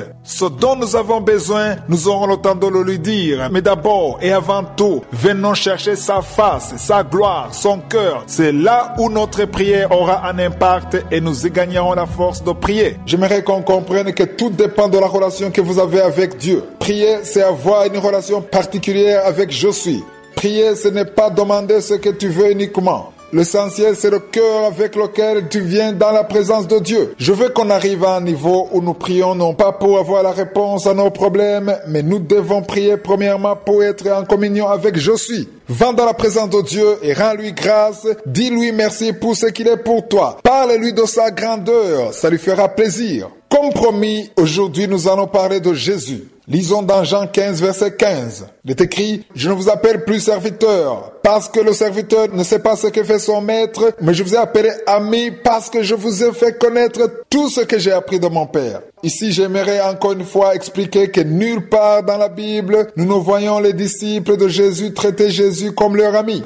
Mais Jésus lui-même les a appelés ses amis. Il y en a encore aujourd'hui qui ne comprennent pas ce que Jésus a dit. Ils appellent Jésus leur ami. Ils diminuent Jésus en le traitant à leur niveau parce qu'ils disent que Jésus a appelé ses disciples amis. Au cours de cette semaine, je vais vous montrer que pour être appelé l'ami de Jésus, il y a une condition. C'est ce que nous voyons au verset 14. Jésus a dit, « Vous êtes mes amis si vous faites ce que je vous commande. » Être l'ami de Jésus, ce n'est pas uniquement parce que tu le confesses ou parce que tu le veux, mais il y a une condition.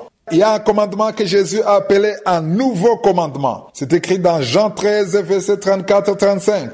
Ce passage dit, « Je vous donne un commandement nouveau, aimez-vous les uns les autres comme je vous ai aimé, vous aussi aimez-vous les uns les autres. À ceci, tous connaîtront que vous êtes mes disciples si vous avez de l'amour les uns pour les autres. » C'est le commandement le plus important que Jésus a donné. Ce qui montre que lorsque tu n'as pas l'amour, tu ne peux pas dire que tu es l'ami de Jésus. Si tu ne marches pas sur la bonne voie, tu ne peux pas prétendre être son ami. Si tu vis dans le péché, dans le mensonge, dans la haine, dans la jalousie, tu ne peux pas être considéré comme l'ami de Jésus. Pour devenir l'ami de Jésus, il y a une condition. C'est ce que nous lisons dans Jean 15, verset 14. Je le répète assez souvent parce qu'il y a des doctrines qui disent que nous sommes dans le temps de la grâce, que nous n'avons pas besoin de la loi, que nous n'avons plus besoin de faire certaines choses, que la seule chose nécessaire, c'est la foi. Il est vrai que la foi est requise, mais après avoir eu la foi, il te faut marcher dans la sanctification. Dans le Nouveau Testament, la parole de Dieu nous demande de marcher dans la sanctification. Et la première chose qui caractérise les enfants de Dieu, c'est l'amour, comme Jésus le dit. Jésus lui-même a dit à ses disciples qu'ils ne sont plus ses serviteurs, mais plutôt ses amis. Dans Jean 15, verset 14, Jésus a montré que pour être appelé son ami, il faut suivre ses commandements. Nous avons vu le commandement que Jésus leur a donné. Les disciples avaient l'amour entre eux. Ils étaient tellement proches les uns des autres que même ceux qui le voyaient reconnaissaient qu'ils ressemblaient à Christ. C'est de là qu'est venu le nom de chrétien. C'est l'amour qui les caractérisait. Jésus a dit dans Jean 13, 35 que ceci, à ceci tous connaîtront que vous êtes mes disciples si vous avez de l'amour les uns pour les autres.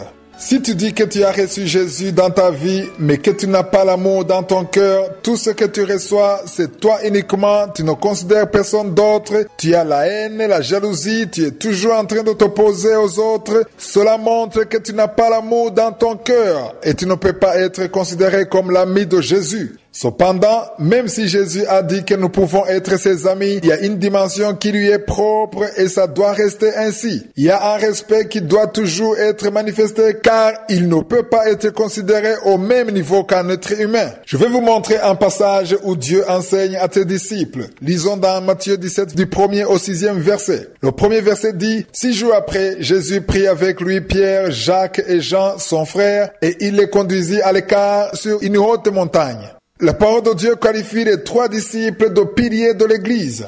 Au verset 2 et 3, il est écrit, « Il fut transfiguré devant eux, son visage resplendit comme le soleil et ses vêtements devinrent blancs comme la lumière. Et voici Moïse et Élie leur apparurent s'entretenant avec lui. » Je vais faire un commentaire sur ce passage. Ce qui arrive souvent aujourd'hui, c'est que les gens ont tendance à se tromper parce que Dieu les appelle ses amis et ils pensent qu'ils sont égaux à Dieu ou que Dieu est descendu à leur niveau. Aujourd'hui, certains n'ont même plus la crainte de Dieu. Dans leur prière, ils ne craignent plus Dieu. Ils lui parlent comme s'ils parlaient à leurs amis. Ils se révoltent contre lui. Ils discutent avec Dieu. Ils oublient que Dieu reste Dieu. Jésus est toujours Jésus. Il est toujours le sauveur. Il ne peut pas être au même niveau qu'un être humain. C'est l'erreur qu'a commise Pierre. Nous le voyons au verset 4. Lisons le verset 4. Pierre, prenant la parole, il dit à Jésus, « Seigneur, il est bon que nous soyons ici. Si tu le veux, je dresserai ici 3 tentes, une pour toi, une pour Moïse et une pour Élie. » Par là, nous voyons qu'il avait mis Jésus au même niveau que Moïse et Élie. C'est ça l'erreur fondamentale. Pierre a cru que Jésus était au même pied d'égalité que Moïse et Élie. Lisons le verset 5. Il est écrit, « Comme il parlait encore, une nuée lumineuse le couvrit, et voici une voix fit entendre de la nuée ces paroles. Celui-ci est mon fils bien-aimé en qui j'ai mis toute mon affection. Écoutez-le. » Est-ce que vous avez compris ce qui s'est passé? Pendant que Pierre parlait, il voulait dresser des tentes pour Jésus, Moïse et Élie. En d'autres mots, il pensait que Jésus était au même pied d'égalité que Moïse et Élie. Mais pendant qu'il parlait, et Dieu a parlé à travers la nuée, il a dit, « Celui-ci est mon fils bien-aimé en qui j'ai mis toute mon affection, écoutez-le. » En d'autres mots, il n'est pas égal à Moïse, il n'est pas égal à Élie, il faut l'écouter. C'est un message important que Dieu a donné. Il voulait que les disciples cessent de comparer Jésus à une quelconque autre personne. Jésus est le roi des rois. Nous sommes dans Matthieu 17, verset 6. Le verset 7 dit, « Mais Jésus s'approchant, les toucha et dit, « Levez-vous, n'ayez pas peur. » Par là, nous devons comprendre que même si Jésus te fait honneur de t'appeler son ami, il demeure ton Seigneur. Tu dois le louer, l'honorer, le glorifier. Tu ne peux pas te comparer à Jésus. Je vais aider ceux qui suivent cette émission et qui ont des doctrines qui leur disent que Jésus est leur ami. Ils disent qu'on peut traiter Jésus comme son ami. La réalité est que tu ne peux pas te prosterner devant ton ami. Tu n'es pas censé accepter tout ce que dit ton ami. Tout cela montre que tu dois considérer Jésus comme le roi des rois, le Seigneur des seigneurs. La parole de Dieu dit qu'il est assis à la droite du Père. Il est au-dessus de toute domination. Il est écrit que tout genou fléchira devant lui. Lisons maintenant dans Jean 15, verset 7. Il est écrit, « Si vous demeurez en moi, et que mes paroles demeurent en vous, demandez ce que vous voudrez et cela vous sera accordé. » La plupart de ceux qui lisent ce verset, ils sont bénis, ils aiment beaucoup ce verset. Demander ce qu'on veut, c'est bien. Mais là, pour pouvoir recevoir ce qu'on a demandé, il y a une condition. C'est de demeurer en Jésus et que sa parole demeure aussi en toi. Ici, on voit deux choses. Demeurer en Jésus et que sa parole demeure en toi. C'est là où tu pourras demander et être exaucé. Beaucoup veulent des choses et ils ne veulent pas demeurer en Jésus. Tu es en train de suivre ta nature charnelle. Tu vis en dehors de la parole de Dieu. Tu n'es pas en Jésus-Christ comme la parole de Dieu le dit. Il y a des gens qui ont un pied dans le monde et l'autre pied dans le Seigneur. Si tu es en Jésus-Christ, reste en lui. Si tu es en dehors de lui, reste dehors. Beaucoup ne savent pas que même la Bible en parle. Lisons dans Apocalypse 22, verset 11. Il est écrit que celui qui est injuste soit encore injuste, que celui qui est souillé se souille encore, et que le juste pratique encore la justice, et que celui qui est saint se sanctifie encore. Qu'est-ce que cela veut dire? Ça veut dire que Dieu ne veut pas que tu sois indécis, un pied dans le royaume et un pied dehors. Dieu ne veut pas que tu sois tiède. Dans Apocalypse 3, verset 16, il est écrit, ainsi parce que tu es tiède et que tu n'es ni froid ni bouillant, je te vomirai de ma bouche. C'est la parole de Dieu. Je suis en train de lire dans la Bible. C'est Dieu lui-même qui dit qu'il va vomir ceux qui sont tièdes. Cela veut dire que si tu as choisi Dieu, reste en lui et ne t'engage pas à moitié. Prie, cherche à être sanctifié, cherche ce que dit la parole de Dieu. Si tu arrives à son niveau, et qu'est-ce que Jésus a voulu dire dans Jean 15, verset 7? Il est écrit dans ce verset, « Si vous demeurez en moi et que mes paroles demeurent en vous, demandez ce que vous voudrez et cela vous sera accordé. » Beaucoup ne le comprennent pas. Ils demandent et n'obtiennent jamais ce qu'ils ont demandé. Ils ne comprennent pas pourquoi ça ne marche pas. Jésus a mis une condition à cela. Ce verset commence en disant, « Si vous demeurez en moi et que mes paroles demeurent en vous. » Les deux conditions doivent être remplies pour pouvoir être exaucées. Hier, je vous ai expliqué que la parole de Dieu nous interdit d'être indécis. C'est pas bien d'avoir un pied dedans, un pied dehors. Si tu vas à l'église, tu vas rencontrer des gens qui prient avec les autres alors qu'ils sont encore dans le monde. Ils sont dans l'église, mais ils courent toujours derrière les femmes. Ils vivent dans l'adultère. Ils trompent leurs femmes alors qu'ils sont dans l'église. Il y a des femmes qui sont mariées, mais qui couchent avec d'autres hommes. Il y a des jeunes qui sont dans l'église, mais qui sont dans la pornographie, qui sont dans la fornication. Ils vivent dans le mensonge, dans la haine, alors qu'ils sont dans l'église. C'est pourquoi dans ce verset 7, on voit la condition, « Si vous demeurez en moi ». Quand on parle de « si », ça veut dire qu'il y a une condition. La condition est de demeurer en Jésus. Ici, on parle de ceux qui ont accepté Jésus, mais qui n'ont pas demeuré en lui.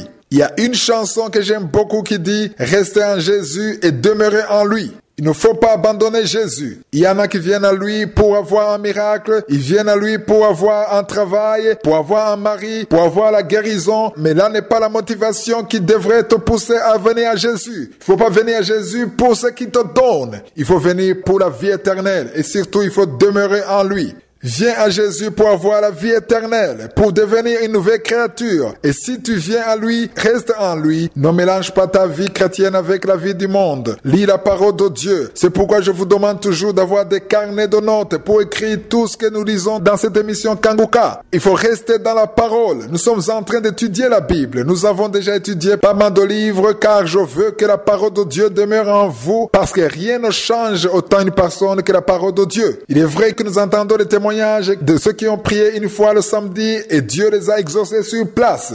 Certains de ces gens n'ont même pas la vie de prière, mais ils ont eu la foi. Même à l'église, ils ne vont même pas. Dieu peut faire un miracle pour cette personne afin de se glorifier. Il peut exaucer quelqu'un pour que les autres voient sa puissance. Jésus lui-même le faisait. Il y a beaucoup de pécheurs que Jésus a guéris. Il les a délivrés de beaucoup de démons.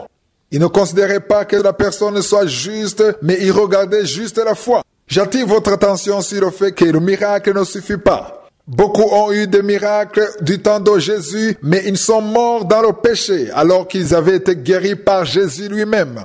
Tu as peut-être été guéri, Lazare est ressuscité, mais s'il ne s'est pas repenti, il n'a pas bien fini. Ce qui compte, c'est la fin. Même si Jésus te guérit, il faut finir en Jésus dans le salut. Si Lazare est mort étant Jésus-Christ, c'est une bonne chose. Même si Jésus t'a ressuscité des morts, si tu ne te repens pas, si tu ne demandes pas pardon pour tes péchés, tu ne verras pas le ciel. Ici, je vais expliquer que ce n'est pas parce que tu as eu le miracle que tu attendais, ce n'est pas parce que tu as été guéri de ta maladie, ce n'est pas parce que tu as été guéri du cancer que tu iras forcément au ciel. Même si tu as obtenu une guérison miraculeuse, même si tu as eu un enfant par la foi, cela ne veut pas dire que tu iras au ciel pour ça. Pour aller au ciel, il faut demeurer en Jésus-Christ. Il faut mourir en lui. Il faut demeurer en Jésus-Christ jusqu'à la mort. Pour pouvoir être sûr que tu peux avoir ce que tu demandes, il faut entretenir ta relation avec Je suis. C'est pourquoi je suis en train de donner cet enseignement, l'ami de Je suis. Si tu veux avoir une bonne relation avec Dieu, il y a des conditions. Nous avons parlé de Moïse, nous avons également parlé d'Abraham. Ils avaient une relation spéciale avec Je suis. Nous avons parlé de 3 choses qui sont nécessaires pour être considéré comme l'ami de Je suis. La première chose, c'est la confiance totale en Dieu. La deuxième chose, c'est le fait de chercher la gloire de Dieu, uniquement la gloire de Dieu. Et la troisième chose, j'en ai parlé la semaine passée, c'est le sacrifice, une vie de sacrifice. Dans l'émission Kanguka, chaque jour a un sujet qui lui est propre. Et chaque vendredi, je parle de la repentance, du salut, du ciel, de la vie éternelle. Je rends grâce à Dieu pour tous ceux qui me disent qu'aujourd'hui, ils aiment écouter Kanguka de vendredi, alors qu'avant, ils ne voulaient pas du tout l'écouter. Cela montre que beaucoup aiment plutôt les paroles d'exhortation, les paroles d'encouragement, les paroles qui montrent comment avoir ce qu'ils n'ont pas. Ils veulent avoir des choses qui leur permettent de mieux vivre dans ce monde. Il y a des personnes qui ne veulent pas entendre parler qu'il y a une autre vie après cette vie sur terre. C'est un problème sérieux car si tu veux qu'on te parle du monde uniquement, si tu ne veux pas entendre parler des choses qui concernent la vie après la mort, cela veut dire que tu n'as pas encore eu la révélation. Il faut que tu comprennes qu'il y a une autre vie après la mort. Si tu as peur d'écouter l'émission de Kanguka de vendredi, je parle de la première partie. Cela montre qu'il y a une voix qui t'accuse. Il y a une raison pour laquelle tu as peur. C'est Satan qui t'inspire la peur et il veut t'empêcher d'écouter la parole de Dieu, surtout en rapport avec le ciel. Il veut que tu continues à écouter les autres prédications à part ceux qui parlent du ciel. Il faut que tu saches que même si tu te portes bien dans ce monde, même si tu as une belle vie, ta vie aura sûrement une fin. Il y a une fin pour toute personne qui m'écoute. Ce monde prendra fin un jour. Cette vie que tu as, elle a une limite. Un jour, tu quitteras ce monde. Tu n'as pas 100 ans à vivre ici sur terre. Il est important que cette voix vous rappelle sans cesse que nous devons toujours nous préparer car Jésus peut revenir à tout moment. Il reviendra comme un voleur, c'est ce que la parole de Dieu dit. Il ne nous avertira pas. Le voleur ne prévient jamais. Je rappelle toujours cela pour que ceux qui ne se sont pas encore repentis sachent que c'est le moment de se repentir. C'est une opportunité que Jésus a donnée pour que nous puissions nous repentir. Je rappelle aussi que ceux qui sont en Jésus-Christ doivent demeurer en lui. Il y en a qui étaient en Jésus-Christ, mais qui ne le sont plus. Tu étais sauvé, mais tu as abandonné ton salut. Tu as un jour servi Dieu, mais à cause des problèmes de ce monde, tu as décidé d'abandonner ton salut. Si tu as abandonné ton salut, tu veux restaurer ta vie avec le Seigneur, j'ai donné un numéro de téléphone dans la première partie. Nous voulons t'aider. Appelle sur son numéro. Tu vas parler à un serviteur de Dieu qui va t'aider. Il faut que tu demeures en Jésus et que tu y restes. Dans Jean 15, verset 7, il est écrit, « Si vous demeurez en moi et que mes paroles demeurent en vous, demandez tout ce que vous voudrez et cela vous sera accordé. » Comment peut-on avoir tout ce qu'on a demandé? C'est lorsqu'on demeure en Jésus et que sa parole demeure en nous. Là, on est dirigé par le Saint-Esprit. On est guidé par le Saint-Esprit et nous le voyons dans Romains 8, 14. Le verset dit, « Tous ceux qui sont conduits par l'Esprit de Dieu sont fils de Dieu. » Si vous écoutez Kanguka tous les jours, cette parole est en vous, mais peu seulement la garder en eux. Peu seulement garder cette parole. Comment la parole de Dieu peut-elle demeurer en toi? Si la parole vient à toi et qu'elle ne demeure pas en toi, elle ne te servira à rien. La parole est censée demeurer en toi. Je vous donne un exemple. Disons que tu es malade et qu'on te donne des médicaments. Si tu ne les avales pas et que tu les vomis, il ne faut pas te servir à grand-chose. Si le médicament ne reste pas dans ton corps, il ne te sert à rien. Pour que la quinine te guérisse de la malaria, il faut qu'elle reste dans ton ventre. Il faut qu'elle reste dans ton corps. Il faut que ça circule dans ton sang. C'est là où tu seras guéri. De la même façon, façon, les paroles que je vous donne dans cette émission, si vous les écoutez et que vous vous en allez sans les garder en vous, et ne vous serviront à rien. Tu ne peux pas être transformé si tu ne reçois pas cette parole et qu'elle demeure en toi. Si elle demeure en toi, c'est là que ta vie pourra être transformée. Avec le salut, Jésus te donne la grâce de devenir un enfant de Dieu. Cependant, même si tu es un enfant de Dieu, il y a un autre niveau que tu es censé atteindre, c'est devenir l'ami de je suis. L'exemple que nous avons vu, c'est Abraham dans Jacques chapitre 2 verset 23. Il est écrit, ainsi s'accomplit ce que dit l'Écriture. Abraham crut à Dieu et cela lui fut imputé à justice et il fut appelé ami de Dieu. Nous avons parlé d'Abraham, nous avons vu comment il a pu donner son fils comme sacrifice. Nous avons aussi parlé de Moïse qui a intercédé pour son peuple jusqu'à sacrifier même sa vie éternelle parce qu'il avait décidé de mettre en avant la gloire de Dieu. J'ai parlé de 3 choses qui sont nécessaires pour que tu deviennes l'ami de je suis. La première chose, c'est d'avoir une confiance totale en Dieu. La deuxième chose, c'est mettre en avant la gloire de Dieu. Et la troisième chose, c'est le sacrifice. Nous sommes censés nous donner un sacrifice. C'est ce que nous lisons dans Romains 12, verset 1. La semaine passée, nous avons parlé de Jésus. Nous avons vu qu'il a dit à ses disciples qui n'étaient plus ses serviteurs, mais ses amis. C'est écrit dans Jean 15, verset 15. Au verset 14, il est écrit, vous êtes mes amis si vous faites ce que je vous commande. Mais au verset 7, dans ce même chapitre, il est dit, si vous demeurez en moi et que mes paroles demeurent en vous, demandez ce que vous voudrez et cela vous sera accordé. J'ai expliqué que 2 choses sont nécessaires. La première chose, c'est de demeurer en Jésus. Et la deuxième, c'est que sa parole demeure en toi. Vendredi passé, j'ai expliqué que si on prend un médicament, j'ai donné l'exemple de la quinine. Si tu vomis le médicament après l'avoir avalé, il ne va pas te servir à grand chose. Le médicament ne va te servir que lorsqu'il restera dans ton corps. C'est là où il va agir. Il va circuler partout dans ton sang et même dans ton cerveau. Et ainsi, il aura un impact sur ta santé. La malaria pourra être vaincue. Si par contre tu vomis le comprimé après l'avoir avalé, tu ne vas pas être guéri. Pour qu'il puisse te guérir, pour qu'il puisse avoir un impact sur ta santé, il faut qu'il reste dans ton corps. Il y a une condition pour que la parole que tu entendes puisse transformer ta vie. Il faut qu'elle reste en toi. C'est pourquoi Jésus dit, si vous demeurez en moi et que mes paroles demeurent en vous, demandez ce que vous voudrez et cela vous sera accordé. Beaucoup écoutent Kanguka, mais cette parole ne demeure pas en eux. Tu écoutes tous les jours la parole de Dieu, nous lisons la Bible, tu as passé 1 année, 2 ans à écouter Kanguka, 3 ans à écouter Kanguka, mais ta vie reste inchangée. Si tu étais adultère, tu restes adultère. Même aujourd'hui, tu es toujours ivrogne. Tu as toujours la haine. Tu te lamentes toujours. Si rien n'a changé dans ta vie malgré que tu écoutes Kanguka, cela veut dire que toutes les paroles que tu entends tous les jours après l'émission, tu les vomis toutes et ne te servent à rien. Pour qu'elle puisse changer ta vie, il faut qu'elle demeure en toi. Comment est-ce que la parole peut demeurer en toi? Il faut que tu la médites encore. Cette émission ne dure que quelques minutes. Il faut qu'à la fin, tu continues à méditer sur cette parole. Et mieux encore, retourne dans ta Bible et lis ces versets. Prie et demande à Dieu que cette parole change complètement ta vie. C'est là où ta vie sera transformée. Sinon, écouter ne te servira à rien. Il est agréable d'écouter, mais l'essentiel, ce n'est pas seulement écouter, mais c'est mettre en pratique ce que tu entends. Je ne vous dis jamais des paroles qui viennent de moi. Tout ce que je vous dis, c'est écrit dans la parole de Dieu. C'est pourquoi je vous dis toujours de lire dans la Bible. Je vous donne des paroles que je trouve dans la parole de Dieu. Ce sont les paroles qui pourront changer ta vie. Tu demeures en Jésus et sa parole demeure en toi. C'est là où tu pourras demander des choses que Dieu lui-même veut pour toi. Il y a 2 choses que Jésus nous demande pour qu'à notre tour, nous puissions avoir ce que nous avons demandé. La première chose, c'est le fait de demeurer en lui. La deuxième chose, c'est que sa parole demeure en nous.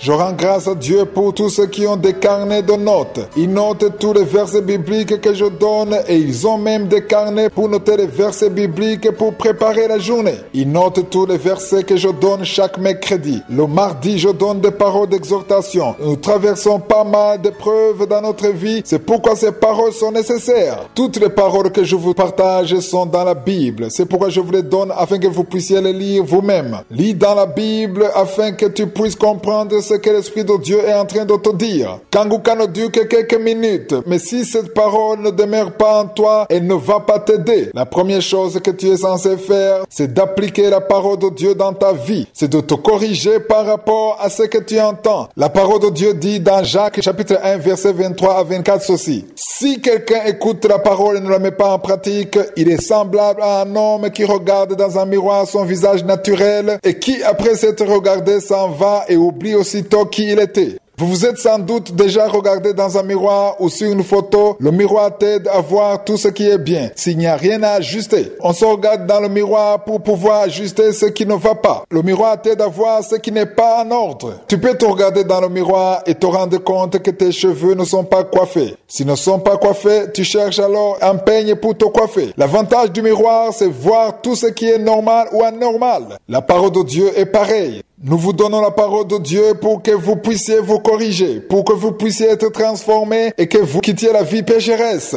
Pour ceux qui écoutent les témoignages, je vous invite à écouter les témoignages de mercredi en français. Ce sont des témoignages qui encouragent, qui montrent une transformation évidente chez les enfants de Dieu. Ils ont une nouvelle vie. Maintenant, ils sont tranquilles. Ils ne vivent plus dans les lamentations, dans la masturbation, dans l'adultère, dans la fornication, dans la pornographie, dans la haine. Nous entendons les témoignages de vies qui ont été transformées. Toutes ces personnes qui ont été transformées par la parole qu'ils ont entendue dans Kanguka, et cette parole est demeurée en eux et elle a transformé leur vie. Je fais chaque jour dans Kanguka 2 parties. La deuxième partie est toujours consacrée à l'enseignement de la parole. L'objectif, c'est comme ce miroir dont je vous parle, c'est pour que vous puissiez vous voir afin de vous rendre compte de ce qui ne fonctionne pas correctement. Nous avons lu dans Apocalypse 22, 11 qui dit que celui qui est injuste soit encore injuste, que celui qui est souillé se souille encore, et que le juste pratique encore la justice, et que celui qui est saint se sanctifie encore. Il faut prier pour cette parole que tu entends afin qu'il te transforme. Il faut que tu atteignes le niveau où tu as une totale confiance en Dieu, un niveau où tu mets en avant la gloire de Dieu et où tu es capable de te sacrifier.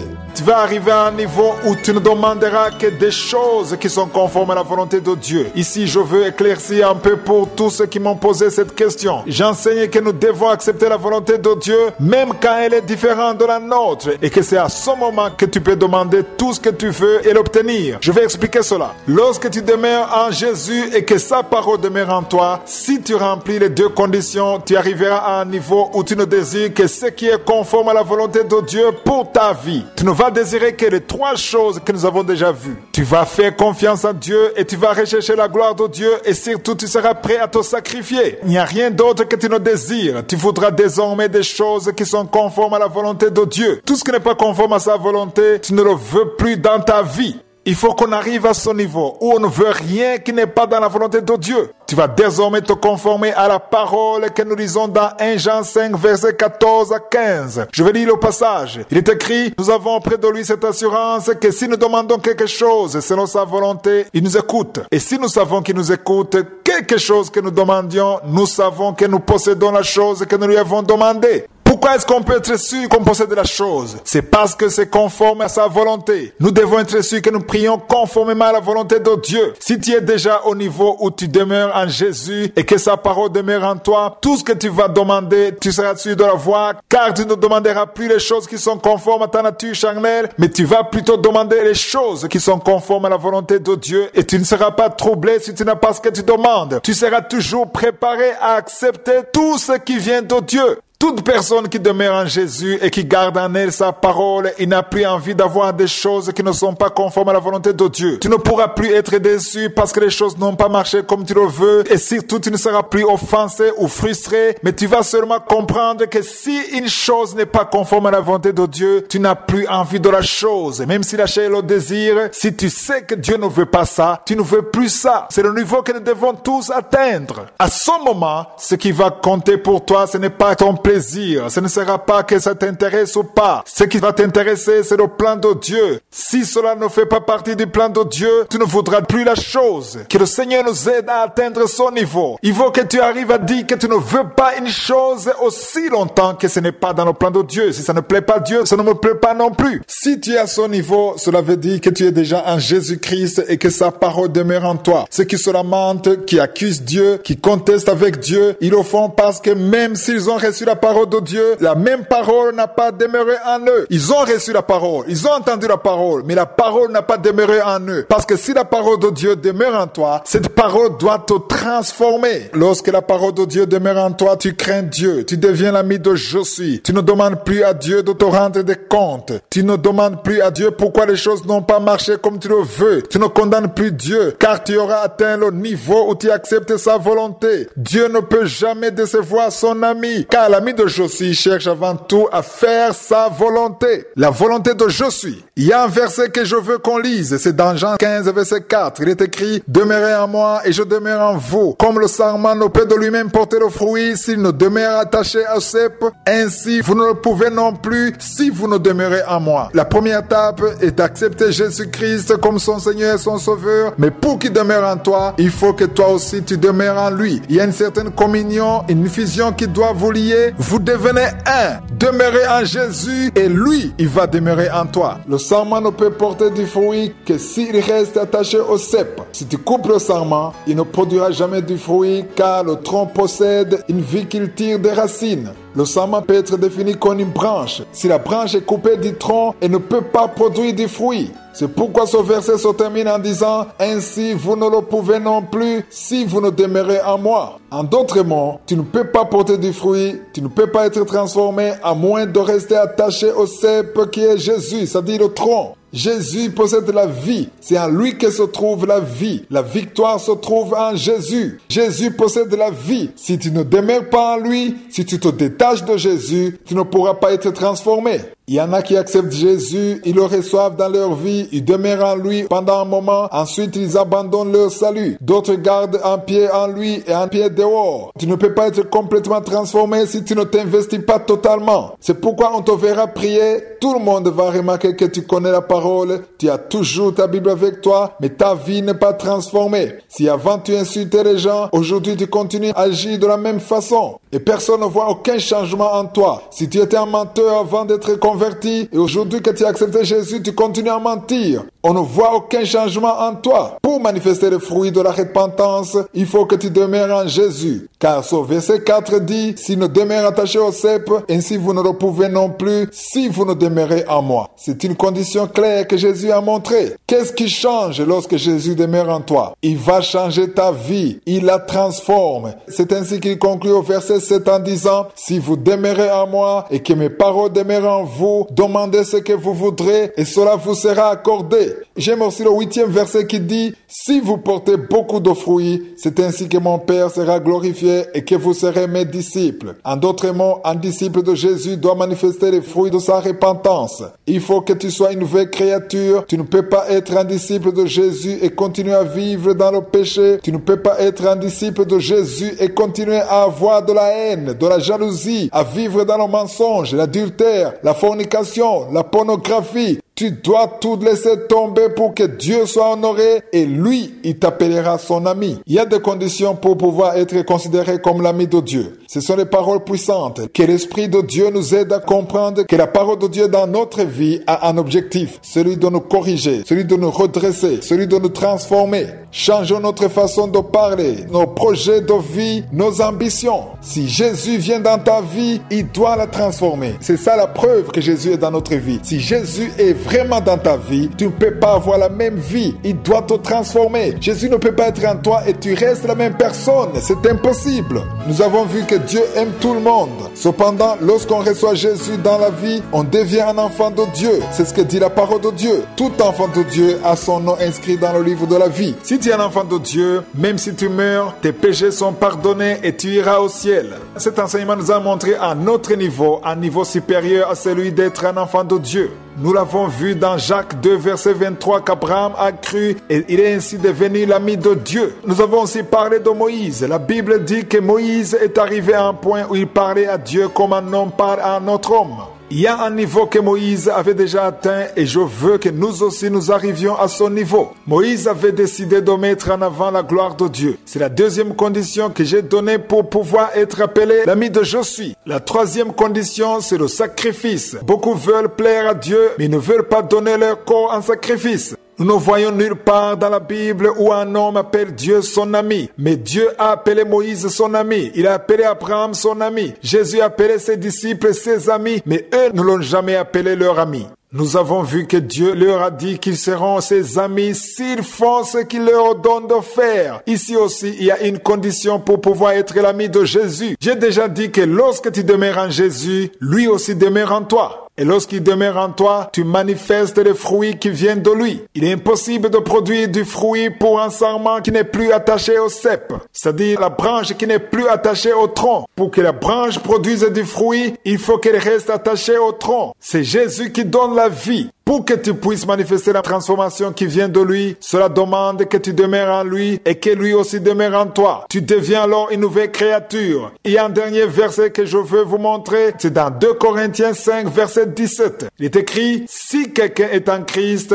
il est une nouvelle créature. Les choses anciennes sont passées. Voici toutes choses sont devenues nouvelles. » Quelles sont les choses qui deviennent nouvelles? C'est toute ta vie. Tu peux pas être la même personne si tu acceptes Jésus, si la parole de Dieu est en toi et qu'elle demeure en toi. Cette parole va te changer, elle va te transformer. Les anciennes choses vont changer, tes priorités vont changer, tes projets, tes pensées vont changer, car la parole de Dieu dit dans Romains 12, verset 2 ceci. Ne vous conformez pas au siècle présent, mais soyez transformés par le renouvellement de l'intelligence, afin que vous discerniez quelle est la volonté de Dieu, ce qui est bon, agréable et parfait. Le monde nous impose parfois un mode de vie, mais si tu as déjà choisi Jésus, tu as pris une décision, tu veux la transformation, dès lors tout change, les priorités changent, ta façon de parler change, même ta façon de t'habiller change, tes amis changent, toute ta vie change parce que tu demeures en Jésus et lui il demeure en toi et tu deviens une nouvelle créature. J'espère que cet enseignement vous a aidé. Cherchons à être les amis de Jésus afin que nous ayons une relation privilégiée avec lui. Nous devons faire sa volonté. C'est là que nous vivrons en paix. Que Jésus vous bénisse. Partagez cet enseignement avec vos amis.